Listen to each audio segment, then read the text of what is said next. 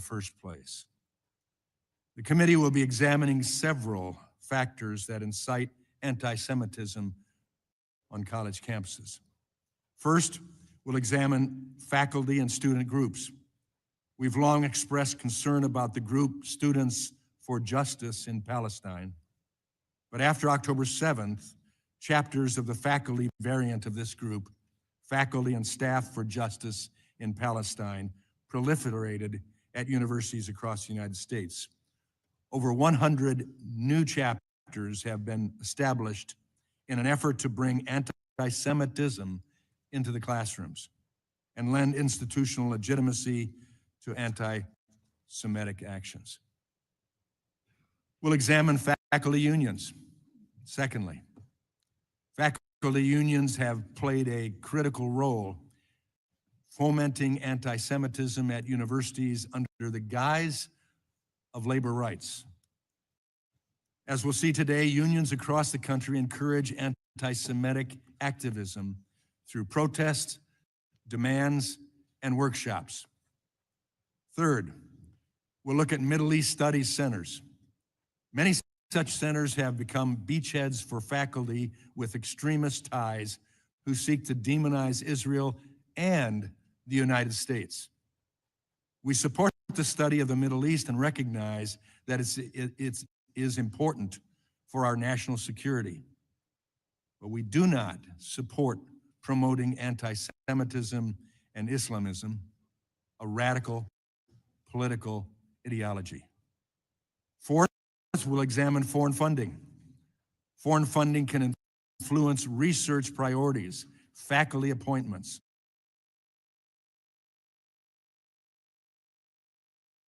public statements, and events on campus.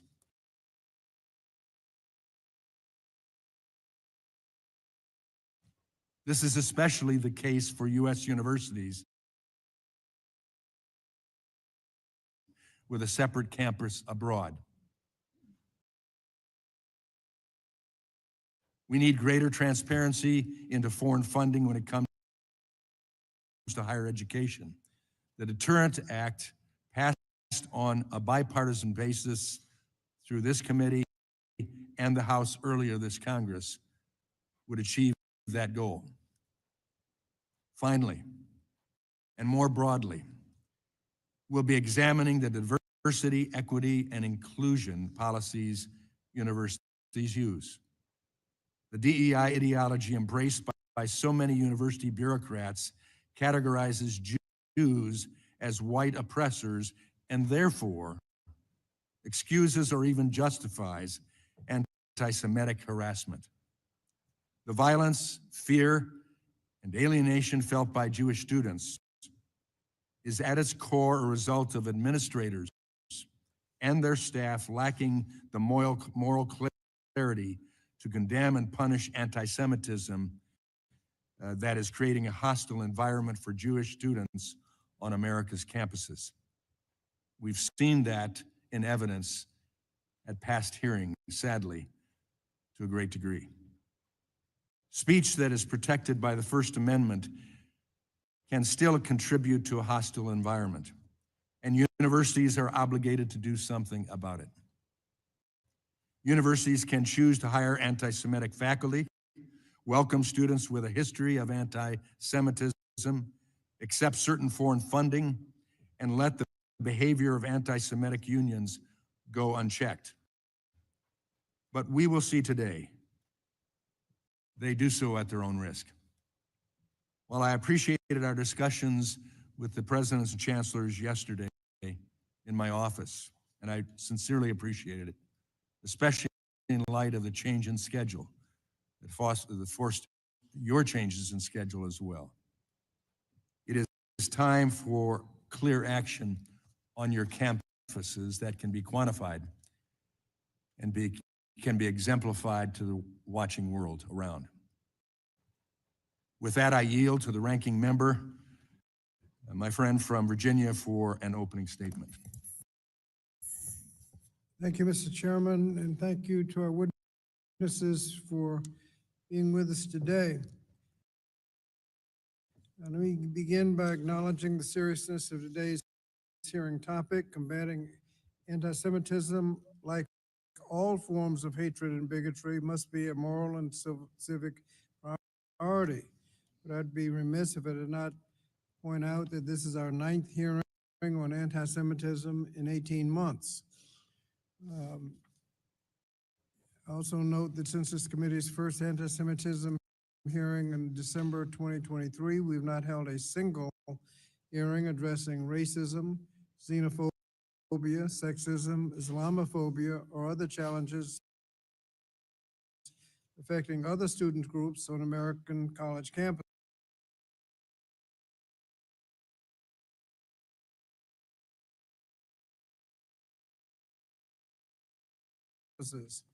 And I've witnessed this committee's silence on the administration's wholesale attack on diversity, equity, and inclusion and accessibility, DEI initiatives designed to make campuses more welcoming to all groups. And if we're seriously to address anti-Semitism and other forms of hate on college campuses, the process we could best use would be the vigorous enforcement of Title VI of the Civil Rights Act, enforced by the Office of Civil Rights in the Department of Education. Yet this committee majority has said nothing about the wholesale firings attacking the Office of Civil Rights. And while the committee is engaged in holding its 9th hearing on anti-Semitism, critical issues affecting public education in this country and viability of institutions of higher education institutions have been ignored. For example, in the last 6 months, our administration has taken harmful steps in the area of education. Specifically, nearly 50% of the department's workforce have been proposed to be fired, thus threatening the key role the department plays in keeping our nation's schools running and our students access to safe, welcoming environments. And yesterday, the Supreme Court majority green-lighted this fatal blow by permitting the department to proceed with this planned firing of employees responsible for managing student loans, collecting data and student learning trends, and relevant to this hearing, enforcing the civil rights protections of students. And yesterday evening, President Trump announced on a social media platform that based on the Supreme Court decision, that Secretary of Education should proceed with the dismantling of the Department of Education. And we're seeing the impact on this action. The department is requiring many of those with student loans to change to another loan program, but those students are unable to do it because of inadequate staff at the Department of Education. And that's before more people are being fired. Another area this committee has not held a hearing on is the impact of stripping critical federal funding on the integrity of higher education institutions and their contributions to science, medicine, and global competition. This committee has also not examined how the recent enacted reconciliation law, or as Democrats call it, the big ugly bill, will impact student loan borrowers. This law will raise costs for students seeking higher education by forcing student loan borrowers into unaffordable repayment plans, eliminating resources to help struggling borrowers, pushing students into predatory private loan market by eliminating graduate plus loans, capping parent plus loans, and limiting Pell Grant access. Further, the law exposes students to predatory for-profit institutions by stopping the implementation of the 2023 Borrower Defense Regulation, which provides student loan relief for millions of borrowers defrauded by their schools, or the 2023 Closed School Discharge Regulations, which provides student loan relief for students whose institutions closed before they were able to complete their programs. Also on July 1st, with little warning and no justification, this administration announced it was pausing nearly $7 billion in education programs that the administration initially proposed to eliminate in next year's fiscal 2026 budget. Again, we have had no hearings to examine the effect of the threat of loss of funding on the following programs. On Title II-A programs, supporting effective instruction, grant programs which support professional development and other activities to improve the effectiveness of teachers, school leaders, including reducing class sizes. 3A program, English language acquisition, which supports language instruction to help English language learners become proficient in English. The student support academic enrichment grants, Title IV-A program, which provide flexible funding for school districts for a wide range of activities, including supporting STEM education, accelerating learning courses, college and career counseling, school-based mental health services, and improving school technology, among others. And another Title IV program, Title IV-B, the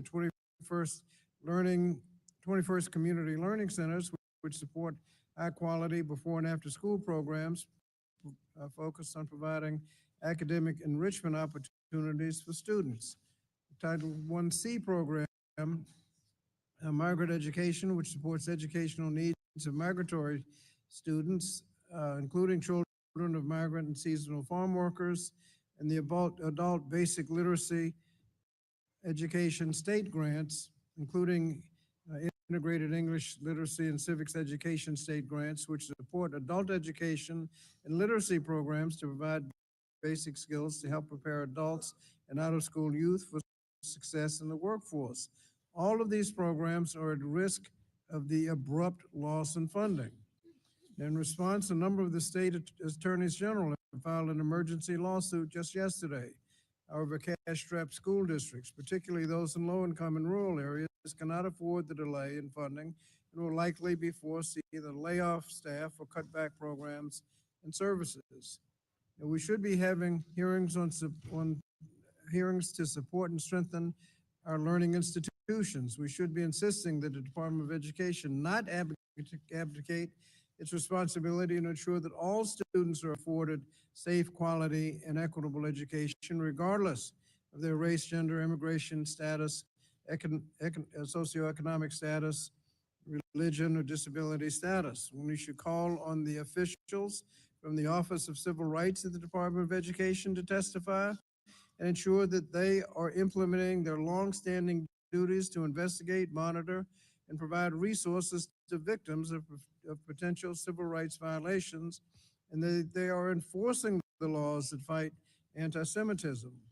So, Mr. Chairman, as we conduct our 9th hearing on this issue, I urge you to also focus some of your attention to those who have the responsibility to protect students from hate and discrimination, the Office of Civil Rights, or whatever is left of it, and the pressing issues facing colleges and students today. With that, Mr. Chairman, I yield back the balance of my time. I thank the gentleman. Pursuant to Committee Rule 8C, all members who wish to insert written statements into the record may do so by submitting them to the committee clerk electronically in Microsoft Word format by 5 p.m., 14 days after this hearing. And without objection, the hearing record will remain open for 14 days to allow such statements and other extraneous material noted during the hearing to be submitted for the official hearing record. I'll now turn to the introduction of the 4 witnesses. Our first witness is Dr. Robert M. Groves, the interim president of Georgetown University, right here in Washington, D.C. Welcome. Our second witness is Dr. Felix V. Matos Rodriguez, the chancellor of the City University of New York in New York City. Welcome. Our third witness is Matt Nozanchuk. I hope I got close on that. A principal for Matnos Strategies and former Deputy Assistant Secretary, Office for Civil Rights, U.S. Department of Education in Washington, D.C. Welcome. Our last witness is Dr. Richard K. Lyons, Chancellor of the University of California at Berkeley in Berkeley, California. Welcome. We thank the witnesses for being here today. Pursuant to committee rules, I would ask that you each limit your oral presentation to a 3-minute summary of your written statement. The clock will count down from 3 minutes. As committee members have many questions for you, and we would like to spend as much time as possible on questions. Pursuant to Committee Rule 8D and committee practice, however, we will not cut off your testimony until you reach the 5-minute mark. I would like to remind the witnesses to be aware of their responsibility to provide accurate information to the committee. I'll first recognize Dr. DeGrose for your testimony. Chairman Wahlberg, Ranking Member Scott, members of the committee, since 1789, as the first Catholic and Jesuit U.S. university, Georgetown's religious beliefs have demanded the absence of anti-Semitism and other hatreds. Indeed, the Church has directed the Jesuits to foster dialogue across all religions.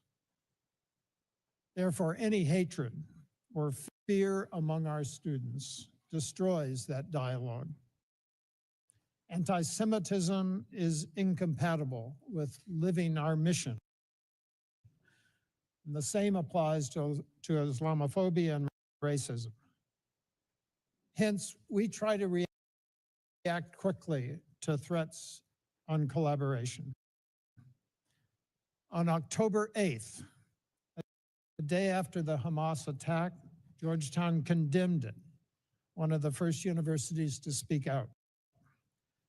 Similarly, we try to act quickly to student conduct violations, but have learned that we need to adapt to changing circumstances almost continuously.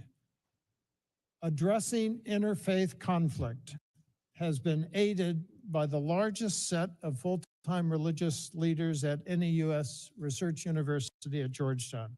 Since 1968, a full-time Georgetown rabbi, but also Jesuit and Orthodox priests, Protestant ministers, an imam, a director of Dharmic life, and Hindu spiritual advisor.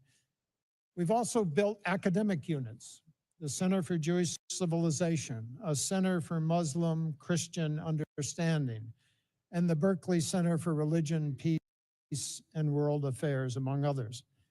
We also try to carry out the Jesuit mission globally, now working in 16 different countries around the world. This has taught us the need to respect laws of other countries and their cultures, despite disagreeing with some of their government's policies. For example, in 2005, we brought Western Jesuit education and international affairs to Qatar.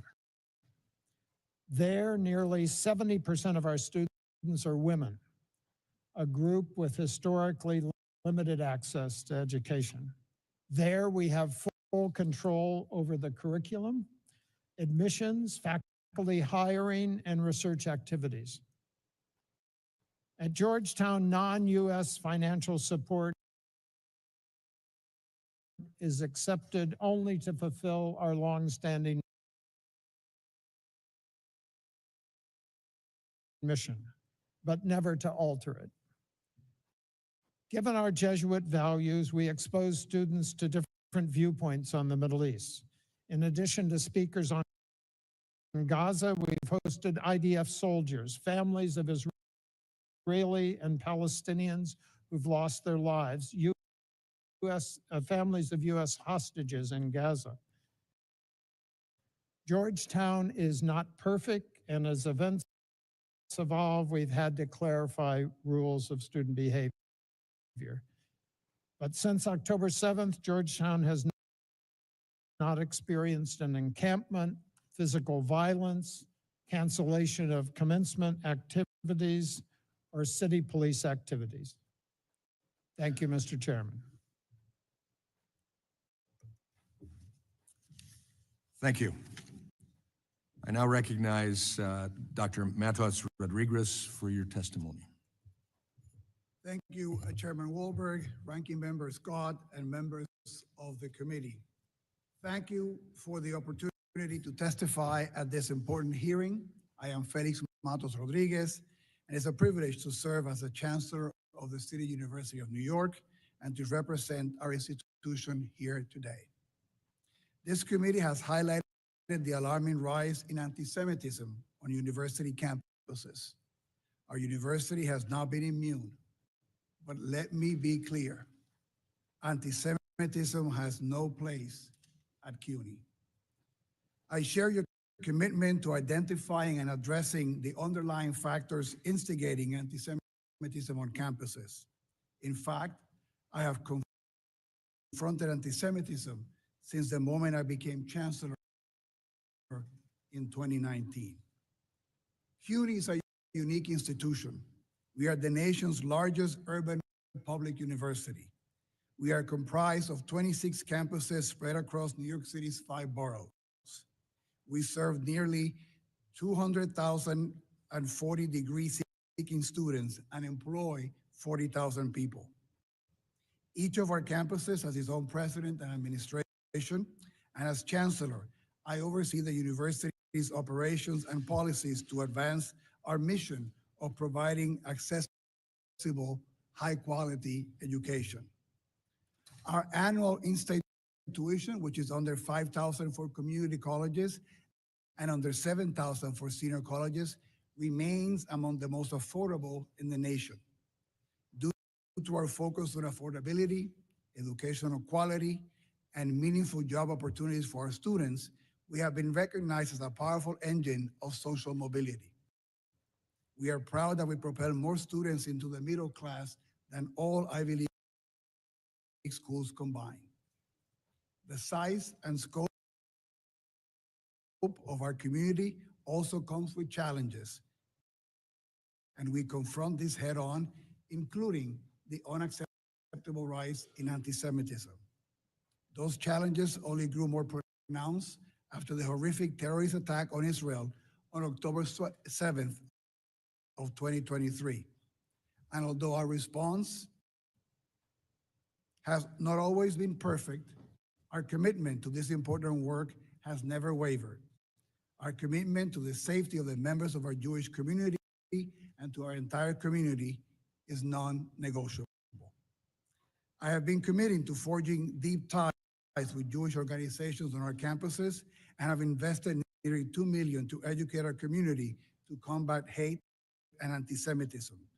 I have created a center to centralize and improve CUNY's anti-discrimination policies, made Title VI training mandatory, and launch our Constructive Dialogue Initiative, which is designed to help foster mutual understanding and combat hate. And I have made the safety of our Jewish students a top priority. I would like to highlight one example that I think encapsulates the challenges that we face and how we have learned from them. In the spring of 2024, an encampment disrupted City College campus during our spring break. In response, I secured emergency funding for increased security personnel. We ended the encampment with the help of the New York City Police Department, but not before damage was done to campus property. We learned from that experience, and we now have a zero-tolerance policy against encampments. We've also hired more than 150 full-time security employees and contracted with an additional 250 security personnel. Our approach has shown results. This past spring, we applied our zero-tolerance policy and worked with CUNY Public Safety to prevent an encampment at City College. Our student safety is and must remain a top priority, and we're committed to constant vigilance against anti-Semitism. Although I am proud of the progress that we have made, I know that we must never rest until every student on our campus is safe, feels safe, and can fully participate in student life. I hope to discuss in greater detail today during today's hearing the many efforts we've undertaken to combat anti-Semitism on our campuses and address its root causes. Thank you, and I look forward to your questions. Thank you. I recognize Mr. Nozanchuk. Benchek? Nosenchuk. Nozenchuk. Simple to say it that way. For your testimony.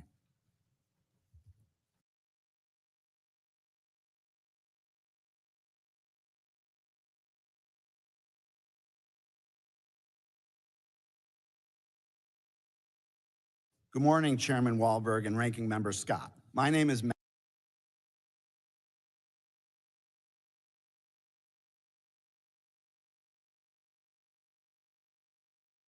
Nosenchuk. I'm a civil rights lawyer with a track record of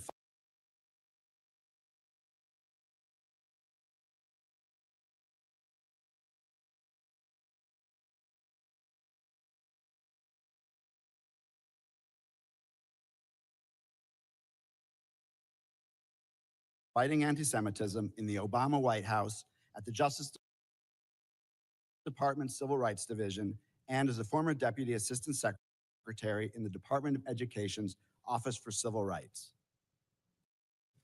I bring three key messages today. First, anti-Semitism in America and on campuses is real. Responding to it demands actions that are tailored to universities, properly implemented, and adequately resourced. Second, this administration's approach is contradictory and counterproductive. It includes the broad anti-democratic crackdown on foreign students, slashing funds for universities, disregarding the Title VI process, and gutting the office mandated to enforce the law while claiming to champion the fight against anti-Semitism. Third, Congress must fulfill its core responsibilities, meaningful oversight and adequate resources for effective solutions, not political theater that inflames campus climate and ultimately harms the students it claims to protect. My written testimony describes the unacceptable discrimination Jewish students face: social ostracism, verbal harassment, sometimes physical violence. In the classroom, faculty have targeted Jewish students who've responded by dropping classes, concealing their identity, or retreating from campus life. The bottom line is this: no students should be forced to choose between their identity and social acceptance. This includes their connection to a Jewish homeland, whether they express it through Zionism or generally identify as Jewish. When these problems persist, it's natural to demand forceful solutions and accountability. We have robust tools under Title VI. The most effective investigations, OCR launched an unprecedented number following October 7th, result in detailed, monitored resolution agreements obligating schools to take verifiable action. They include, for example, climate surveys, mandatory training, and ensuring all complaints get addressed promptly and effectively. Here's what one campus Hillel director said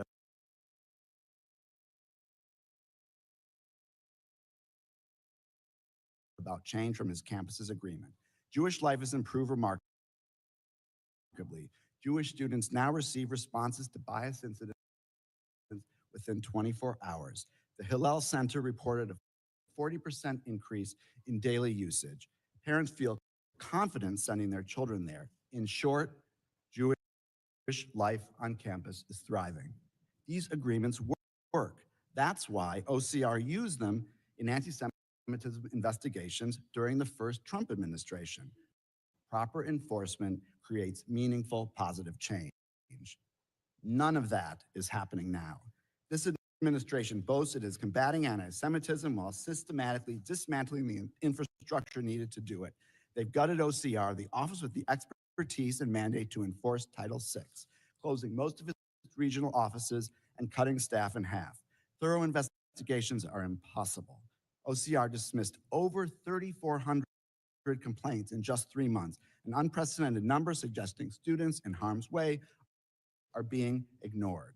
The administration relies on press reports rather than actual complaints from harmed students, sending ultimatums styled as notices of violation, riddled with inaccuracies and political hyperbole.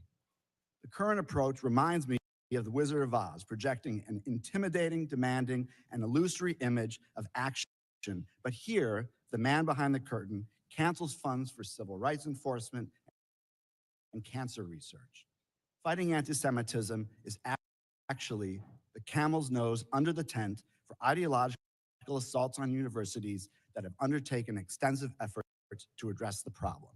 Even the Wall Street Journal editorialized that the administration is overstepping its authority by imposing sweeping conditions on funds that weren't spelled out by Congress and shooting first and investigating later. An administration committed to strengthening enforcement against anti-Semitism invests in responsible offices and critical personnel. It doesn't shutter agencies and fire staff.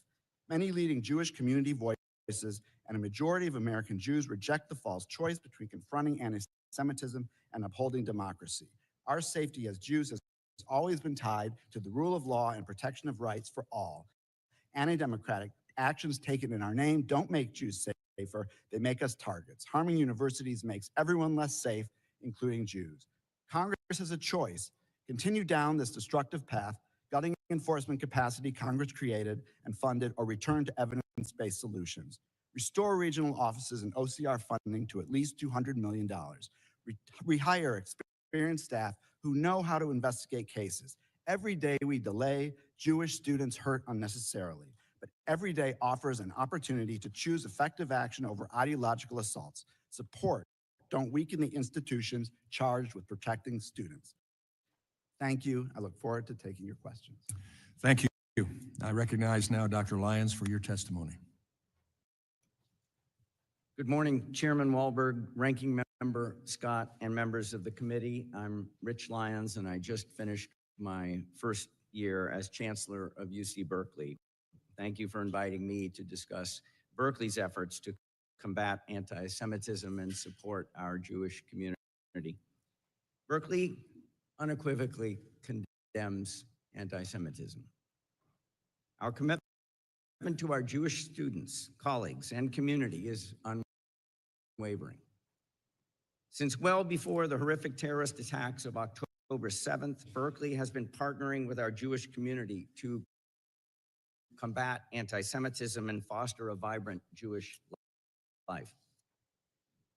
I am the first to say we have more work to do.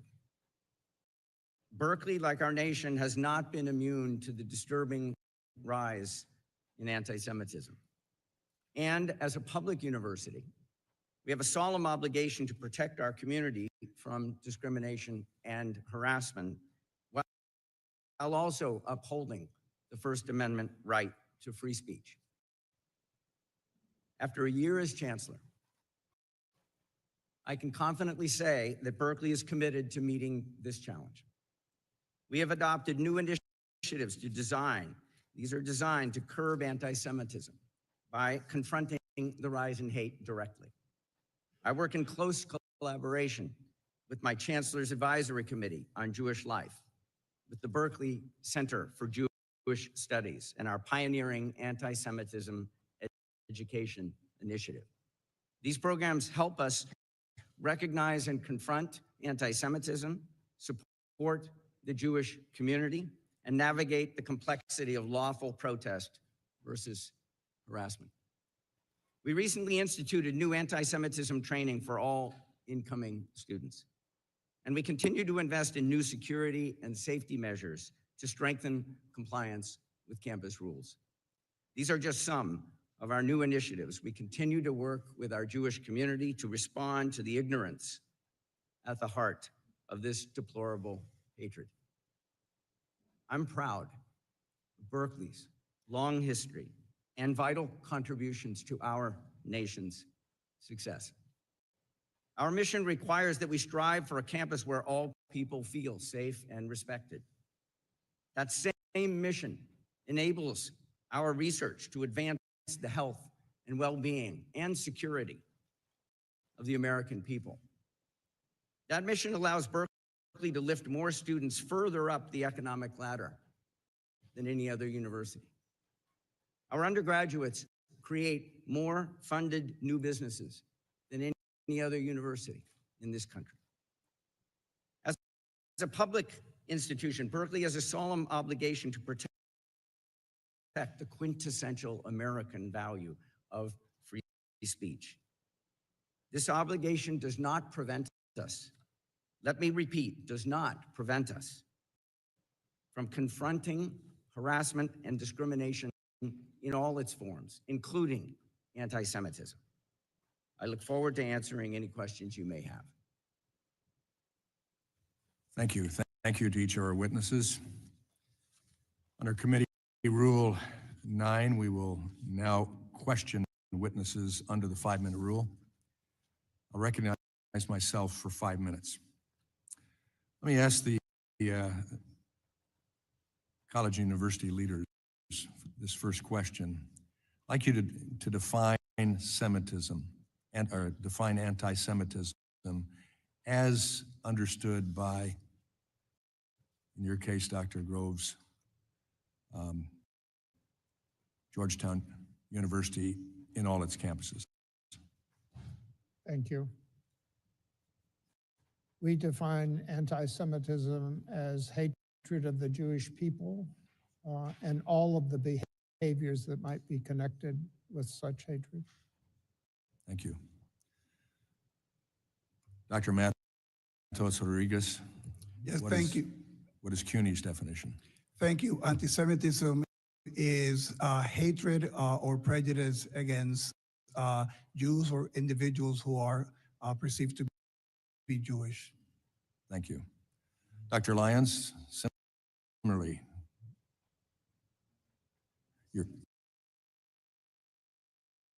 Your microphone.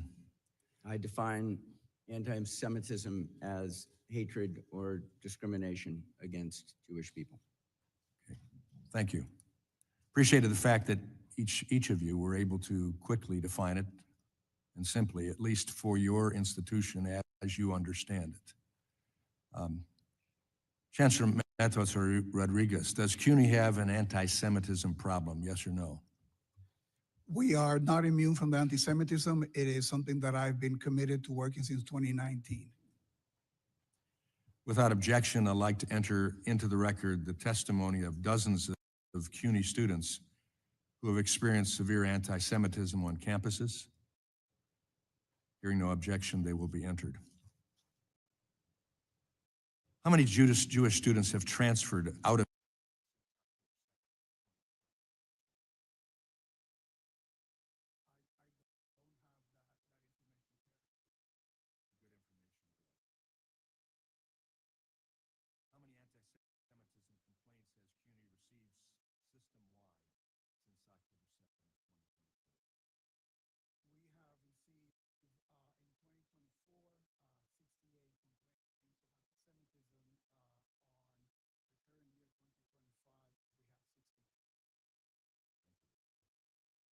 students has CUNY suspended or expelled for anti-Semitic conduct since October 7th, 2024?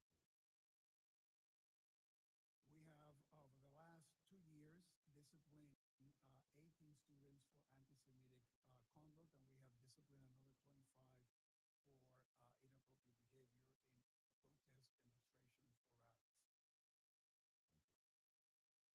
Chancellor, you have referred to the IHRA definition of anti-Semitism as a vital resource. Does that mean university officials are employing this definition to determine what constitutes anti-Semitism across the CUNY system? Thank you for your question, and that is correct. And we've added in our training for all the individuals who participate in the investigation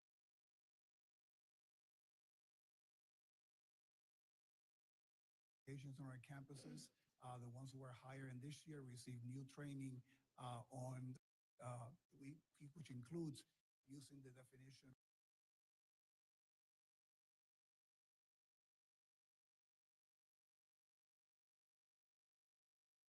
as stipulated by OCR, and is also part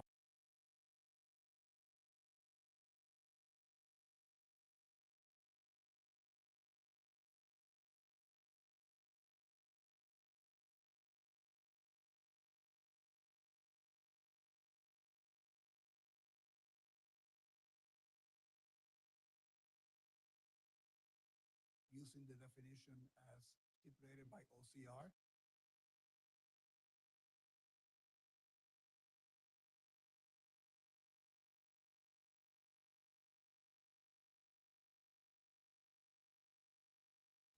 is also part of refreshing courses that we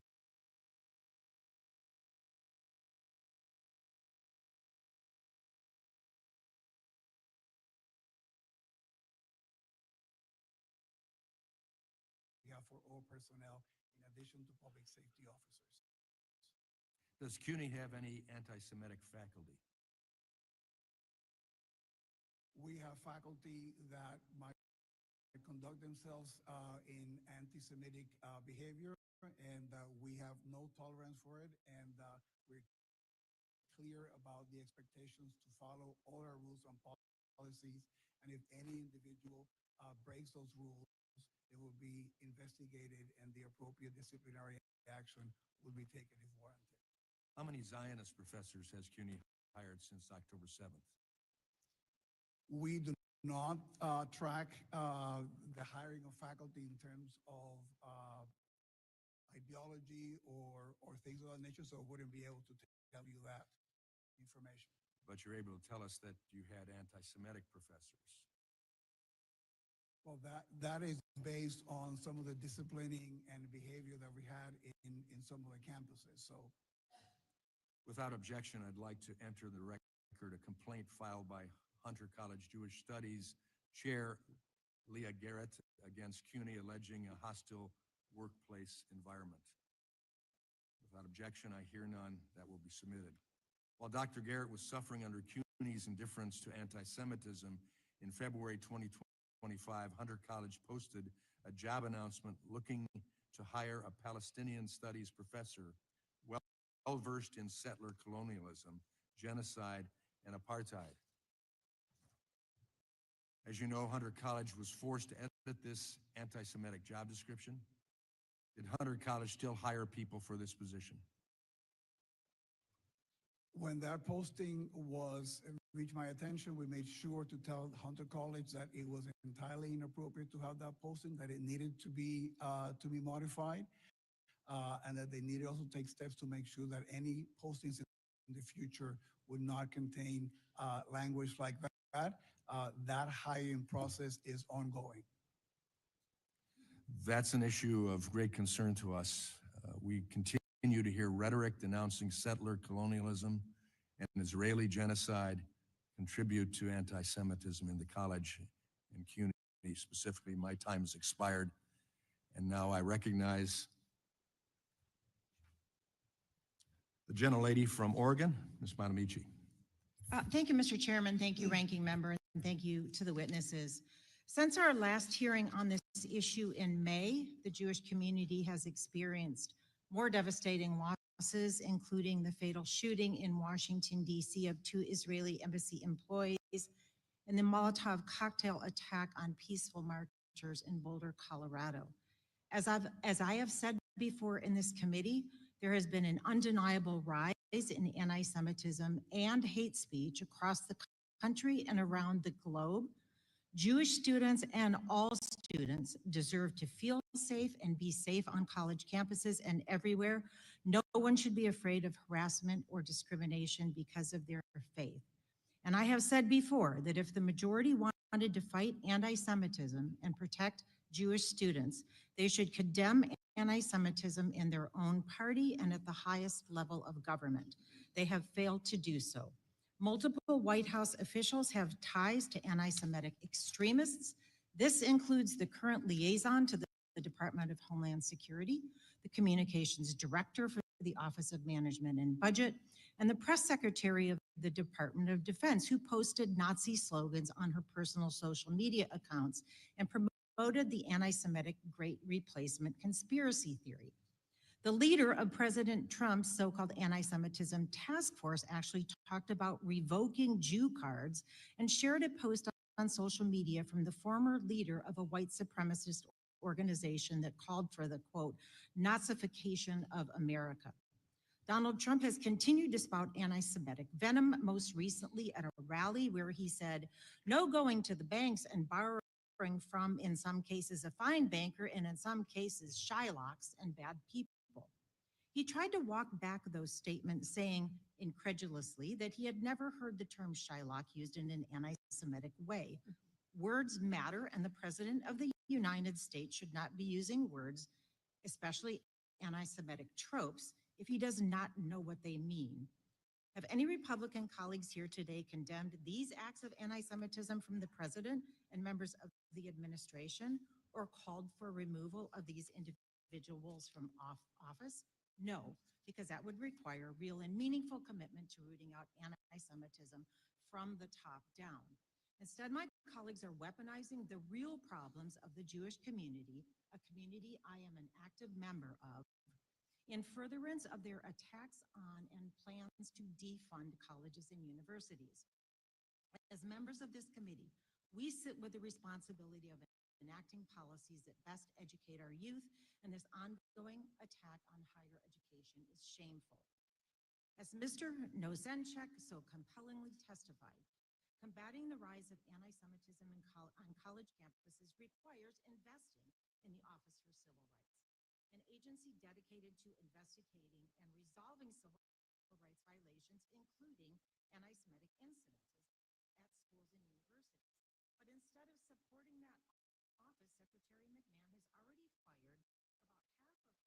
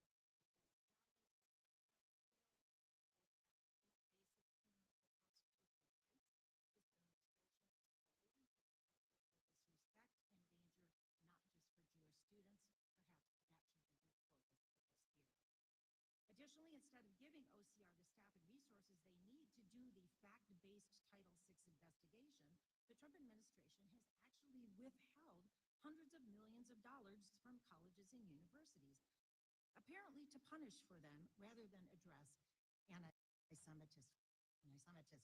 But this kind of imposition of collective punishment hurts all students, including Jewish students, because it will lead to fewer academic options and higher tuition. I wonder if that isn't the point.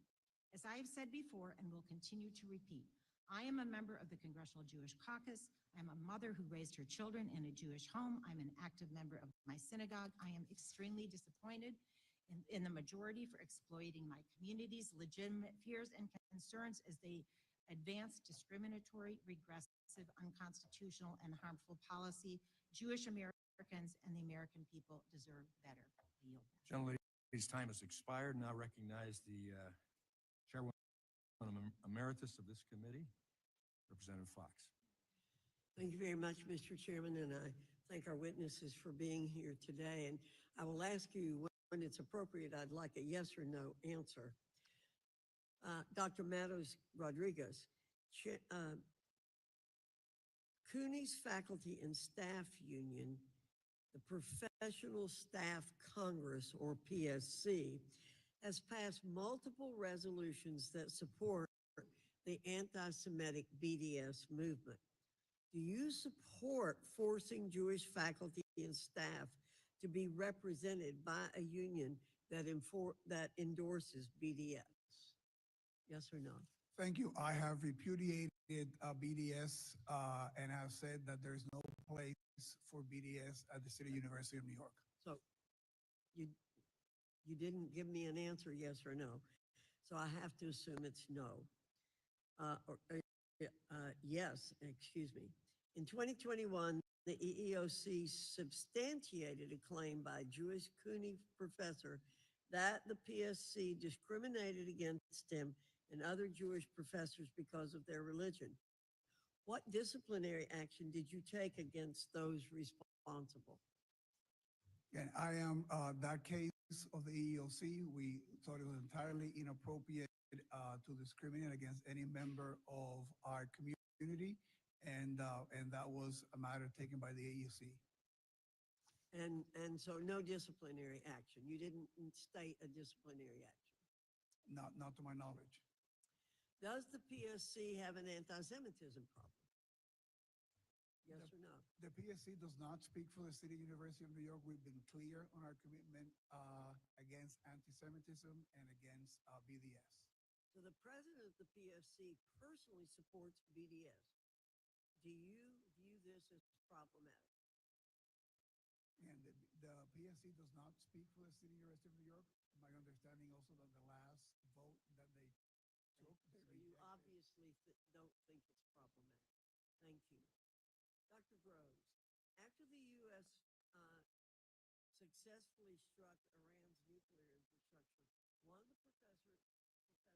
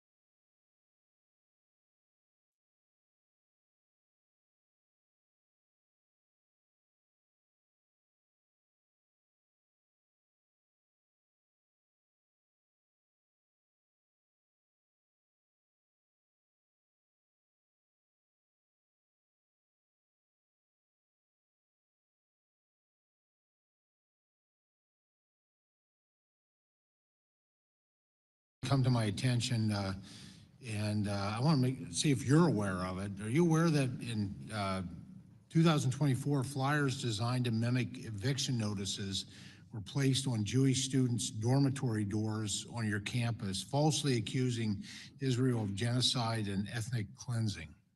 I am aware of that. This was during move-in weekend for our new students.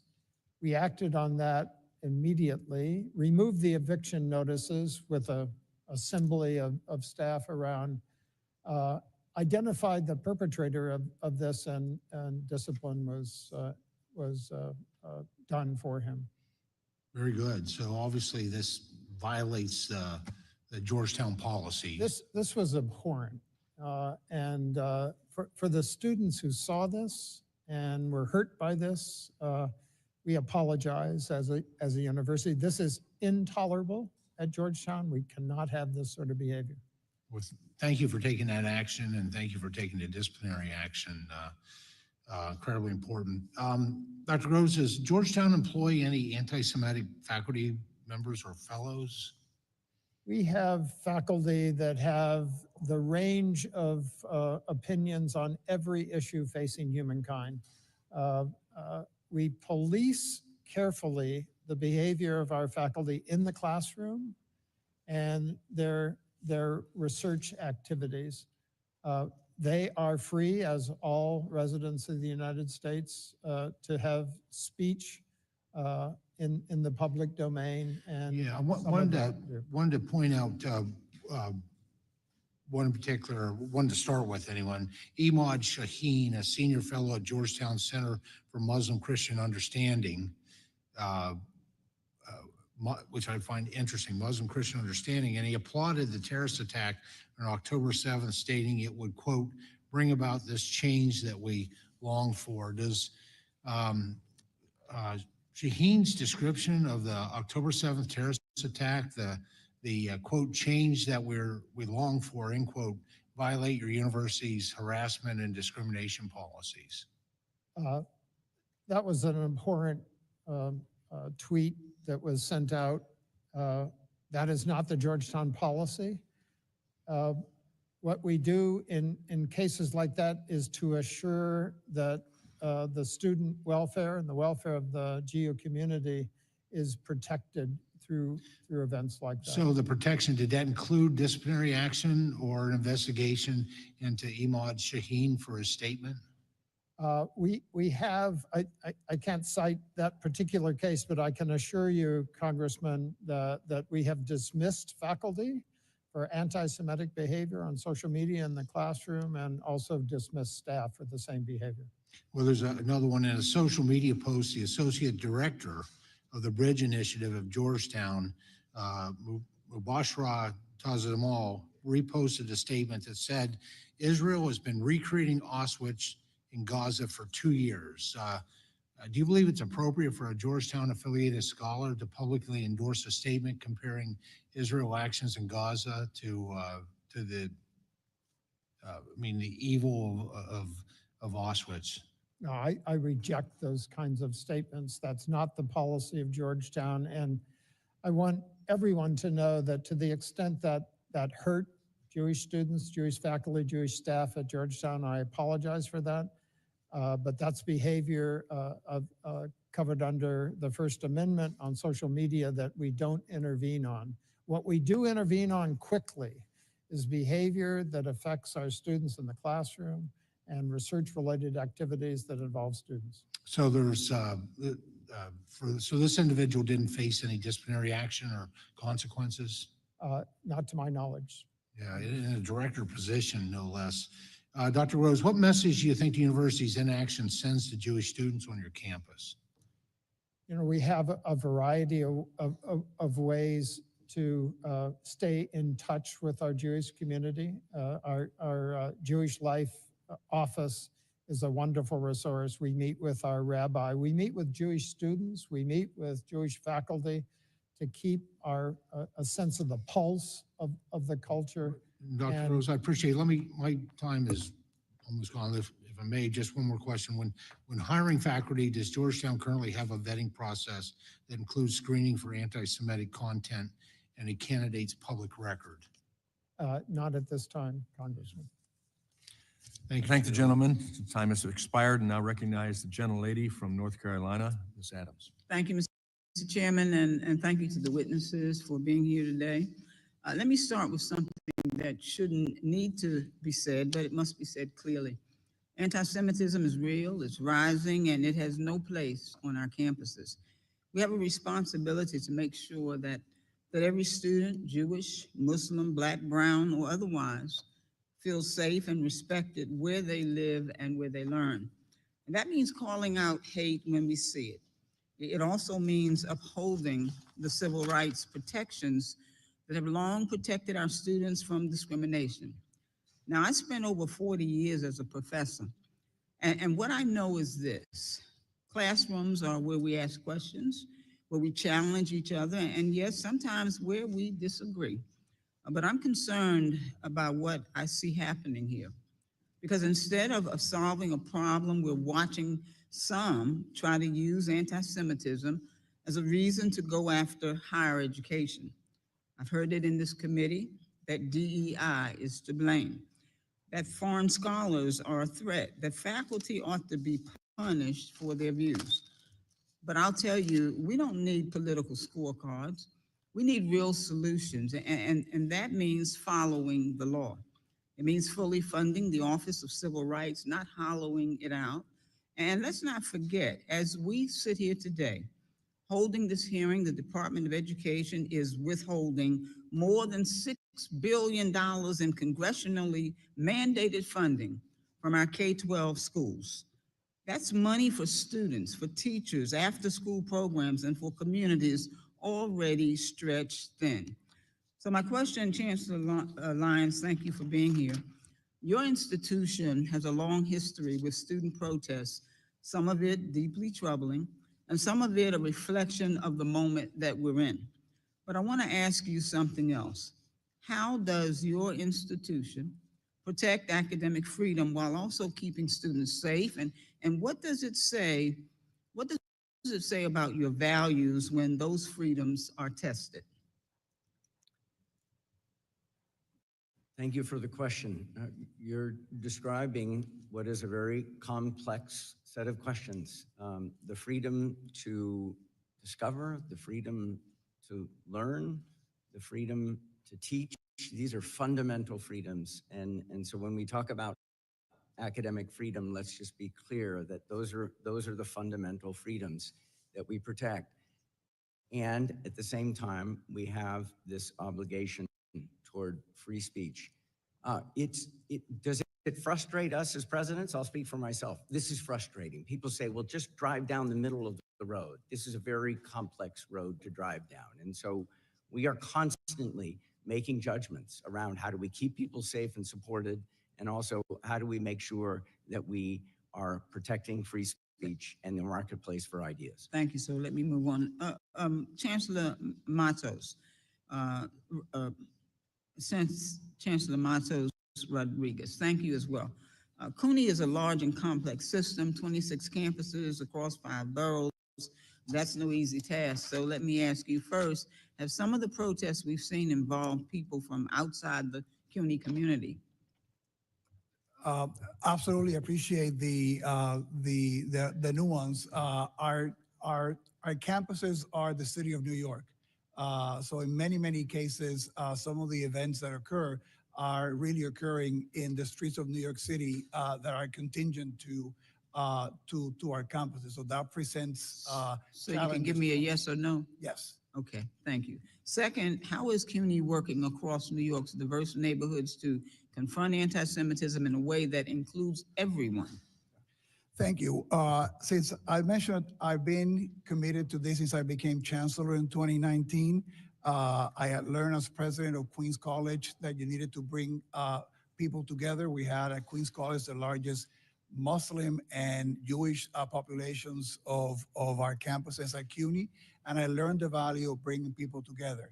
So I have a Jewish advisory committee on Jewish life. that I brought together in 2023 to listen to the members of the community to get their feedback and Okay. get answers. Thank you so much. Let me ask you one final thing. We've heard concerns from faculty who were recently not reappointed despite having full enrolled classes scheduled for the fall. And I understand that those matters may be going through a formal process. I know you may not be able to speak to individual cases, but as a former professor myself and a department chair, somebody who believes deeply in transparency and fairness, I want to ask you, would you be willing to follow up with my office and provide more information on the policies and procedures that guide faculty appointments and reappointments at CUNY? I appreciate the question. We're here to answer all the questions and cooperate fully with the committee. Okay, thank you, sir. I think my time is up. Mr. Chairman, I yield back. I thank the gentlelady. Now I recognize the gentlelady from New York, Ms. Stefanik. Thank you. I want to begin by discussing the heinous scourge of anti-Semitism on your watch as chancellor at CUNY. You are aware at Baruch, Jewish freshmen were welcomed with heinous anti-Semitic taunts about the hostages killed by Hamas. Quote, "Where's Hirsch, you ugly expletive, expletive? Go bring them home," end quote. Quote, "You ain't going home tonight. Go back to Brooklyn. All Zionists are terrorists," end quote. Are you aware of those anti-Semitic harassment slurs? Those are deplorable statements, and if they were associated with the event at Baruch, an investigation was done and students were disciplined. And was that students were disciplined in both of those cases? At Hunter, Jewish students were forced to enter the main university building under a swastika for hours. Is that correct? My understanding of that is that the swastika was placed outside, and we have a custom of erasing all such deplorable symbols. In that particular case, there was a delay because it had to be referred to the NYPD for the anti-hate investigation. Let me remind you of this particular case because that's not according to your own staff. In fact, the Hunter College Director of Jewish Studies emailed university leadership requesting that the swastika be taken down. And instead, this was the response for everyone to see. Apologies, but it is not that simple. Is that the position of CUNY? It is entirely unacceptable that. And that was this hateful- administrator disciplined who emailed? Again, in that particular case, we were working with the. New No, York City Police was this Department. administrator disciplined for sending this response? Any case that we have will investigate and the appropriate action will be taken. So what was the appropriate action taken against this administrator in this case? In this case, as I mentioned to you, we are working with the New York City Police Department. So no and disciplinary action has been taken by CUNY? Is that again, correct? We will investigate any action. So an and take action. investigation, but no actual action, like so many of these failed university presidents. But it's not just this case. You talked about how you focused on this since 2019, but let me remind you, in 2021, you hired Abdi Allah as CUNY's Chief Diversity Officer, and this role includes overseeing anti-Semitism complaints and initiatives. Were you aware at that time that this senior administrator you hired was previously employed Chairman, I by have a CARE, parliamentary inquiry. the Council on American Islamic Relations? Gentlelady will suspend. My time, can What you is hold the the- time? It was We'll hold it- 2:25. We'll hold the time. Does the committee have a policy on publicizing people's personal emails? This is a university administrator's email. Email addresses? No, we don't have a policy, I'm told, on that. And again, this is at the university. This is a university email, a public university in the state of New York. Following up at 2:25, which my time is, I'm referencing the CUNY Chief Diversity Officer, who you hired in 2021. They were previously employed by CARE, the Council on American Islamic Relations. Is that correct? So she was hired to be the Chief Diversity Officer at the central office with no responsibility over cases that have to deal with students or faculty. But yet you were aware that she was previously employed by CARE, Again, I was not directly responsible for that. even for though that she was hire. the Senior Chief Diversity Officer? As I mentioned to you, I was not directly responsible for that hire. So is it okay, from your perspective, obviously it is, to have a former employee of CARE? Let me remind you, CARE was a co-conspirator in a terrorist financing case and has ties to Hamas, a designated terrorist organization. Is she currently still employed by CUNY? She is. There you go. So no action, just words here today. Even further, and by the way, her salary is paid for by the New York taxpayers, correct? We have the expectations of total professionalism and compliance with all the rules and policies of CUNY. Any employee that breaks our policies or our rules will be investigated. But it obviously Action doesn't will be break taken. CUNY's rules to have a senior employee who was previously employed by a terrorist-affiliated organization. That is unacceptable to New York taxpayers. It is unacceptable to American taxpayers. But it's not just that. Are you familiar with CUNY Clear? This is the clinical arm of CUNY School of Law. CUNY Clear, I'm not familiar with them. Well, I will remind you, the CUNY Clear founder and professor is the head of Mahmoud Khalil's Legal Defense Fund. Are you aware of that? No. Does it concern you that New York taxpayers are paying the salary for the legal defense fund of Mahmoud Khalil? And I'll remind you who Mahmoud Khalil is. This is the chief pro-Hamas agitator that led to the anti-Semitic encampments at Columbia, the rioting and violent takeover of Hamilton Hall, the harassment and physical assault of Jewish students. And we do not condone any kind of anti-Semitism. But you in our allow campuses. the head of the clinical legal organization and a professor to be the chief legal aide to Mahmoud Khalil and do his legal defense fund. Those decisions are made in the clinics, are made in the individual campuses. It goes up to you. You are the chancellor. Those decisions are made. So you take no responsibility. I take responsibility for any behavior of our faculty. So and is this staff that acceptable? Is this anti-Semitic. acceptable? Any behavior that is anti-Semitic. Is and this in violation acceptable of our that the rules. legal defense fund for Mahmoud Khalil is the head of CUNY Clear? That's acceptable under your watch. We do have no tolerance for anti-Semitism on our campuses, and we've been very So will clear. this person be fired? Anybody that breaks our rules and our policies, there'll be an investigation. We'll investigate it, and if there's any disciplinary action to be taken, we'll take it.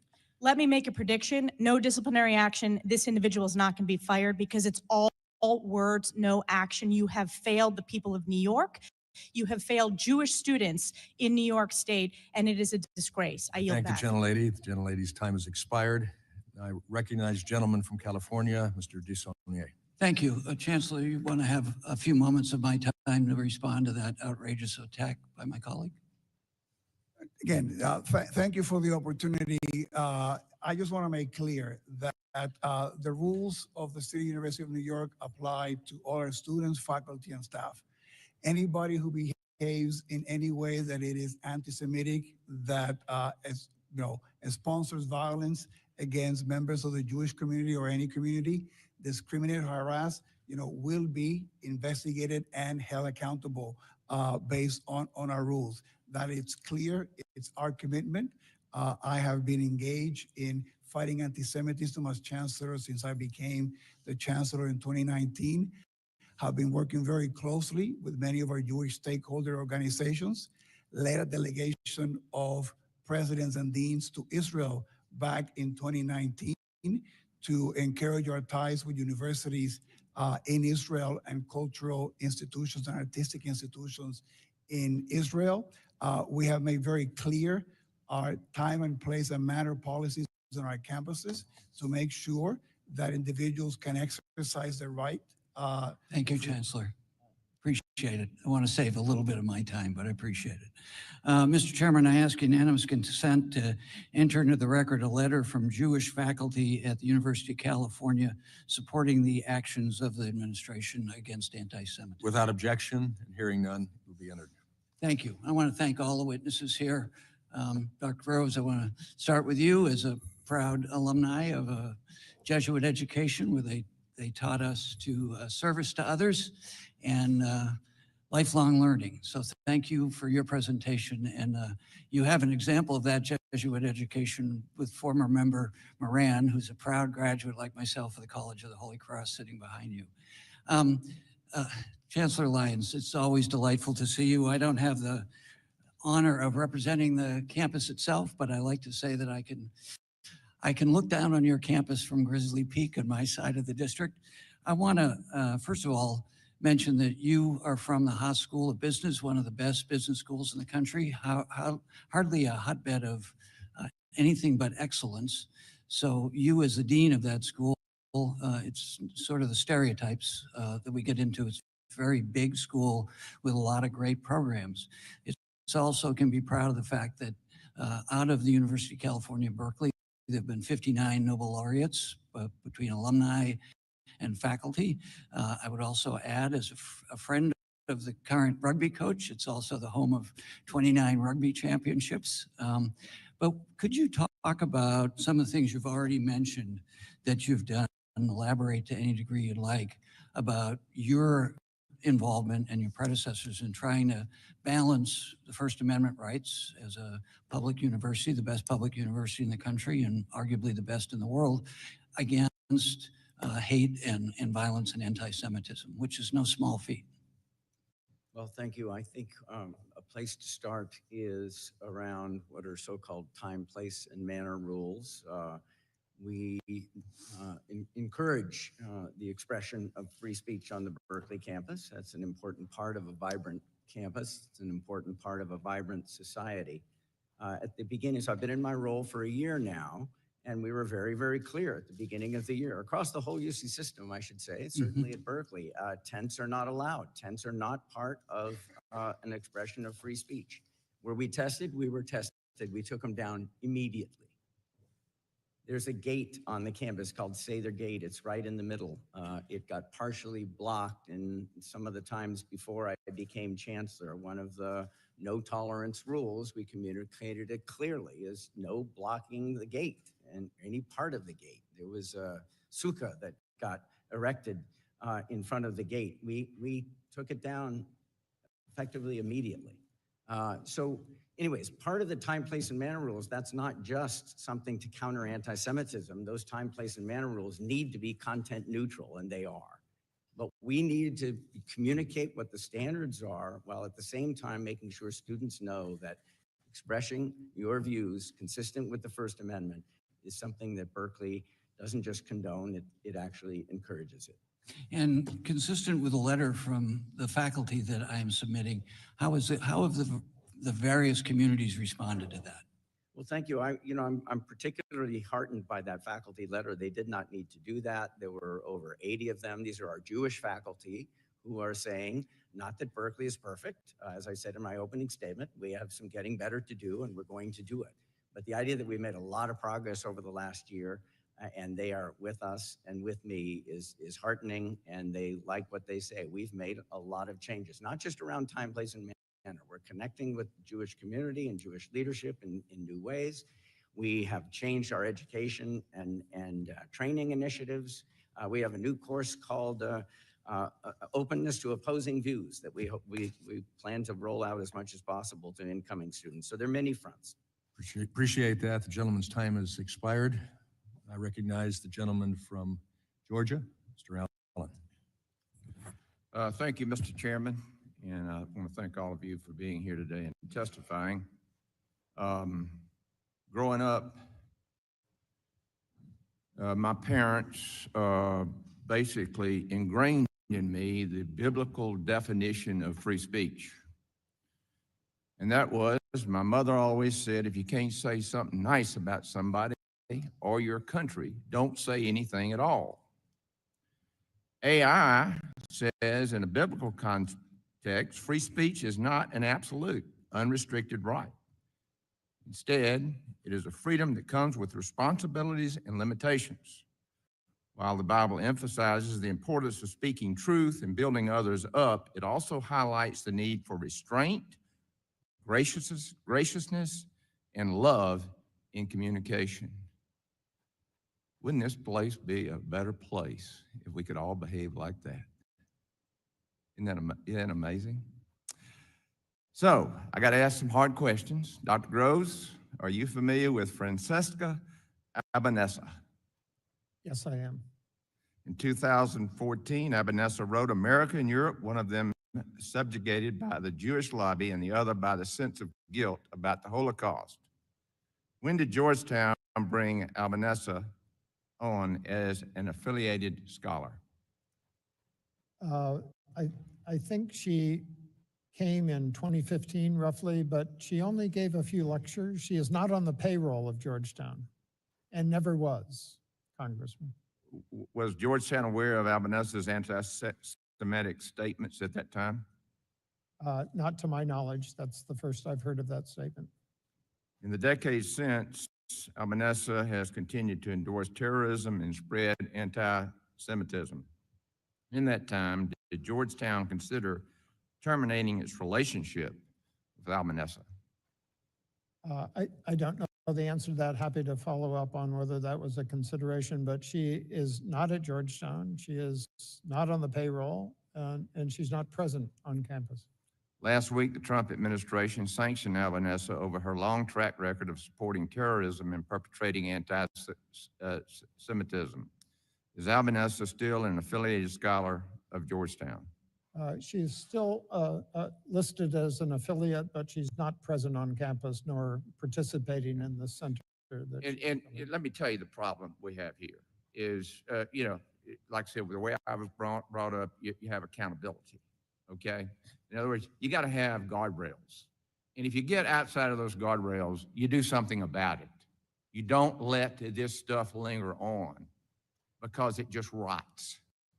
And that's the problem we all, I think, have up here is, for crying out loud, you got to get rid of these people that are perpetrating this hate. A question here, last April, the violent encampment at Columbia filled headlines, City College of New York. This encampment caused $3 million worth of damage. For example, how many CUNY staff, students, staff, and faculty were involved in the encampment? Do we know? So we ended up disciplining 7 individuals in that encampment who ended up breaking into one of the buildings. Well, I mean, were they put in prison? Have they been indicted? Have they gone before a jury of their peers for their crimes? We collaborated with the district attorney in those cases, and there were 7 individuals who were disciplined. I cannot comment on the individual discipline, but what I can tell you also, we have a zero tolerance policy on encampment. Some of the lessons learned in that encampment have guided our work after that, and that we've been successful in making sure that we have had no other encampments in our campuses as a result of that experience. Well, all I can tell you, things have changed a lot since I was in college. Where I went to college, they didn't put up with this stuff. And you knew it, and that's why you stayed within those guardrails. Of course, that's the way it was in high school and middle school as well. How many students have been suspended or expelled this year because of this violence and vandalism? How many students have been expelled? Because of the encampment, Right. Mm-hmm. We had 3 students of the 7 that were disciplined as a result of the. How about faculty? The encampment. There were 4. When you say discipline, what does that mean? I cannot comment on the individual cases. Discipline goes from reprimands, training, suspension, or termination, and we have terminated individuals and the faculty and staff for violating our policies on anti-Semitism. Well, the great thing about this country is you have the right to prove that you're innocent. But if you're guilty, you know what? You get fired. The gentleman's time has I yield back. expired. I now recognize the gentleman from New York, Mr. Mannion. Thank you, Mr. Chairman. Thank you to all the witnesses for being here today. The rise in anti-Semitism across the United States is profoundly troubling. We simply must do more to respond to these actions and ensure our Jewish neighbors and communities can live free from harassment, intimidation, and violence. We all must stand together to reject any targeted hatred or bigotry against any group due to their religion, ethnicity, or other demographic. But as we hold this hearing, let's be clear about the problem that we're facing. Anti-Semitism is not limited to just college campuses. It has spread rampantly in our communities, our online platforms, and our politics. Yet the majority of this committee are set on repeatedly singling out higher education and attacking university presidents and labor unions that represent their faculty while refusing to pursue serious, comprehensive solutions.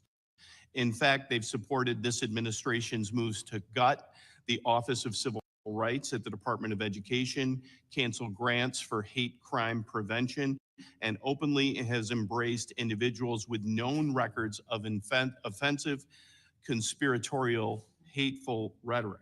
I call my colleagues on the other side of the aisle to hold those in their own party accountable and approach this issue in a more thoughtful manner. Chancellor Matos Rodriguez, given the importance of combating anti-Semitism in our state, I'd like to give you an opportunity to elaborate on CUNY's efforts. Your testimony describes the independent investigation that was commissioned and the resulting report, which included a set of recommendations. What steps is the CUNY system currently taking to implement those recommendations? Appreciate the question, and those are the recommendations from the Littman report, which we collaborated fully when the judge was conducting it, and we have embraced the recommendations that came from the judge and his team. One of the main ones was indicating that our decentralized structure made the follow through in the cases of discrimination and the investigations not as responsive as they should be, something that we knew that was a challenge, and we have been advancing our work in that area. So I created a center. Now all the complaints around discrimination, harassment are handled by one single center, which works on the training of all the individuals conducting the investigation. So we have more timely investigations. We're more responsive to that work. We also had a lot of critiques, valid critiques, to a portal that we created to centralize some of that before. And now we have procured a state-of-the-art system to manage all those cases so that we can be more responsive to the individuals who submit the claims, and they can be informed, so we can have better data to be more transparent to all the stakeholders that hold us accountable, and to manage those cases more effectively, and to have best practices all across the system replicated. So that's one of the recommendations from the Littman report that we have embraced. The Littman report also asks us to invest more in bridge building and giving tools to our faculty, students, and staff to navigate difficult conversations and issues. We launched the Constructive Dialogue Initiative. Actually, we have half of the campuses in training today at the central office. I would have been participating there had I been on the campus. And this is to give faculty, students, and staff tools to be able to have difficult conversations. We do not want people shying away from difficult conversations. They need to do it civilly, they need to do it respectfully, and they have to do it following the rules. So those are some of the investments that we've made as a result of the judge's recommendations. Yes, and you have communicated the progress in certain ways. Can you elaborate on how you've articulated that progress to students, faculty, and the broader community? So we've been engaged in communicating the work that we have done. I've indicated before that I have a Jewish Advisory Life Committee that has been both a resource to us of listening to what the community thinks we should be doing, but also as a way for us to convey some of the work that we have been doing in this arena. And we remain committed to this work with many of our Jewish stakeholder partners.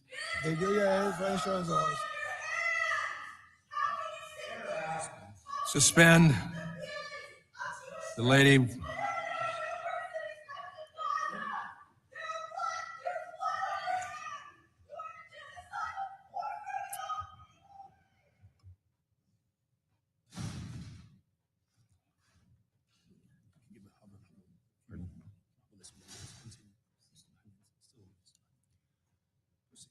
Mr. Mannion, you may proceed. Thank Thank you. Chancellor, go ahead. Thank you. I was going to mention one of the great joys of being the chancellor of CUNY is that we provide about a third of the new teachers that go to the public schools in New York every year. We have a partnership in a pilot with the UAA Federation of a training for all our students who are going to go to teach in managing difficult conversations in anti-hate and anti-Semitism, so that the teachers that are going to the New York City public schools are better equipped to be handling some of these issues. So we are deeply engaged in this work, and it's our commitment that we continue to do so. Thank you, Chancellor. Thank you, Mr. Chair. Gentleman's time has expired, and I recognize the Vice Chairman of this committee, the gentleman from Utah, Mr. Owens. Thank you so much, Mr. Chairman. I would say that start off that little outburst we saw a minute ago is exactly why we're having these hearings. The genesis of this anti-Semitism, this hatred that we're seeing across our country is coming from our universities. They come there with their tails wagging, ready to go out and build their dreams. They leave hating our country, hating each other, and anti-Semitism is flourishing because of it. This has been going on way too long, and we're going to have as many hearings as we have to dig this cancer out of our system. Our kids need to be leaving here knowing how to talk to each other, respect each other, and not having that kind of stuff we just had a minute ago. By the way, I don't doubt we might have some more before this is all over with. That's how they think they can get their message through. We're going to have as many oversight meetings we have to eradicate this evil of discrimination that we see on college campuses. We have a dual mission here with this committee, to be the voice of Jewish students who pay good money, $70,000 per year, to be harassed, to be hated, and to be disrespected. The message very simply to college leaders is very simply this: either eradicate this cancer or there will be consequences. This is coming from top down, not bottom up. We're gonna make sure we change that. There's been a lot of debate over what constitutes anti-Semitism. I just want to ask real quickly for the leaders here, the college leaders, yes or no? In denying the Jewish people their rights to self-determination, is that anti-Semitism, yes or no? Start with.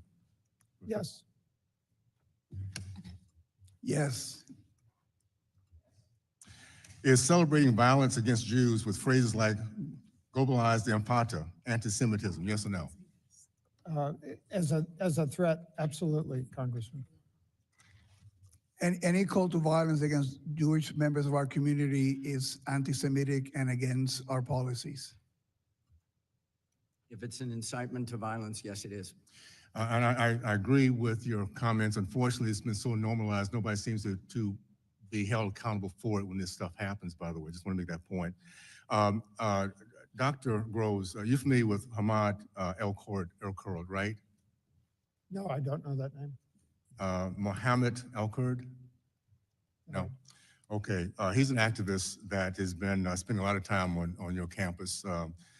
He says Israelis harvest organs of the martyred and to have an unquenchable thirst for Palestinian blood. He's also said that the Jewish people control the media and wish that every single Zionist to perish. Would this be considered anti-Semitism? Absolutely, Congressman. He's also stated that Hamas had good political reasons for taking hostages and captives and were well treated. Now, this is after 250 innocent men and women and children were taken hostages, women raped, and children killed by Hamas. Would you consider good political reasons as agreement with what he just said about Hamas? No, I find that abhorrent. Okay, would you agree that that's pure evil for what they did and for those who support what they did? We abhorred that attack and made the first statement on Okay, on can you October 8th. agree? Can you agree with me that it's pure Absolutely. evil? Yes. Okay. This same person, back in Georgetown, October 23rd, the same month of the massacre, El-Kurd described Hamas as the liberation movement and that the October 7th attack was a resistance tactic after 1,200 people have been massacred. Any idea how many times Georgetown students and faculty have invited Mohammed El-Kurd to speak in the last 3 years at Georgetown? I'm not aware of how many Okay, times. No. 4 times. 4 times. The last one was February 16th of this year. In partnership, Georgetown University, in partnership with the Georgetown Faculty and Staff for Justice in Palestine, invited him to pump his books, to launch his book tour.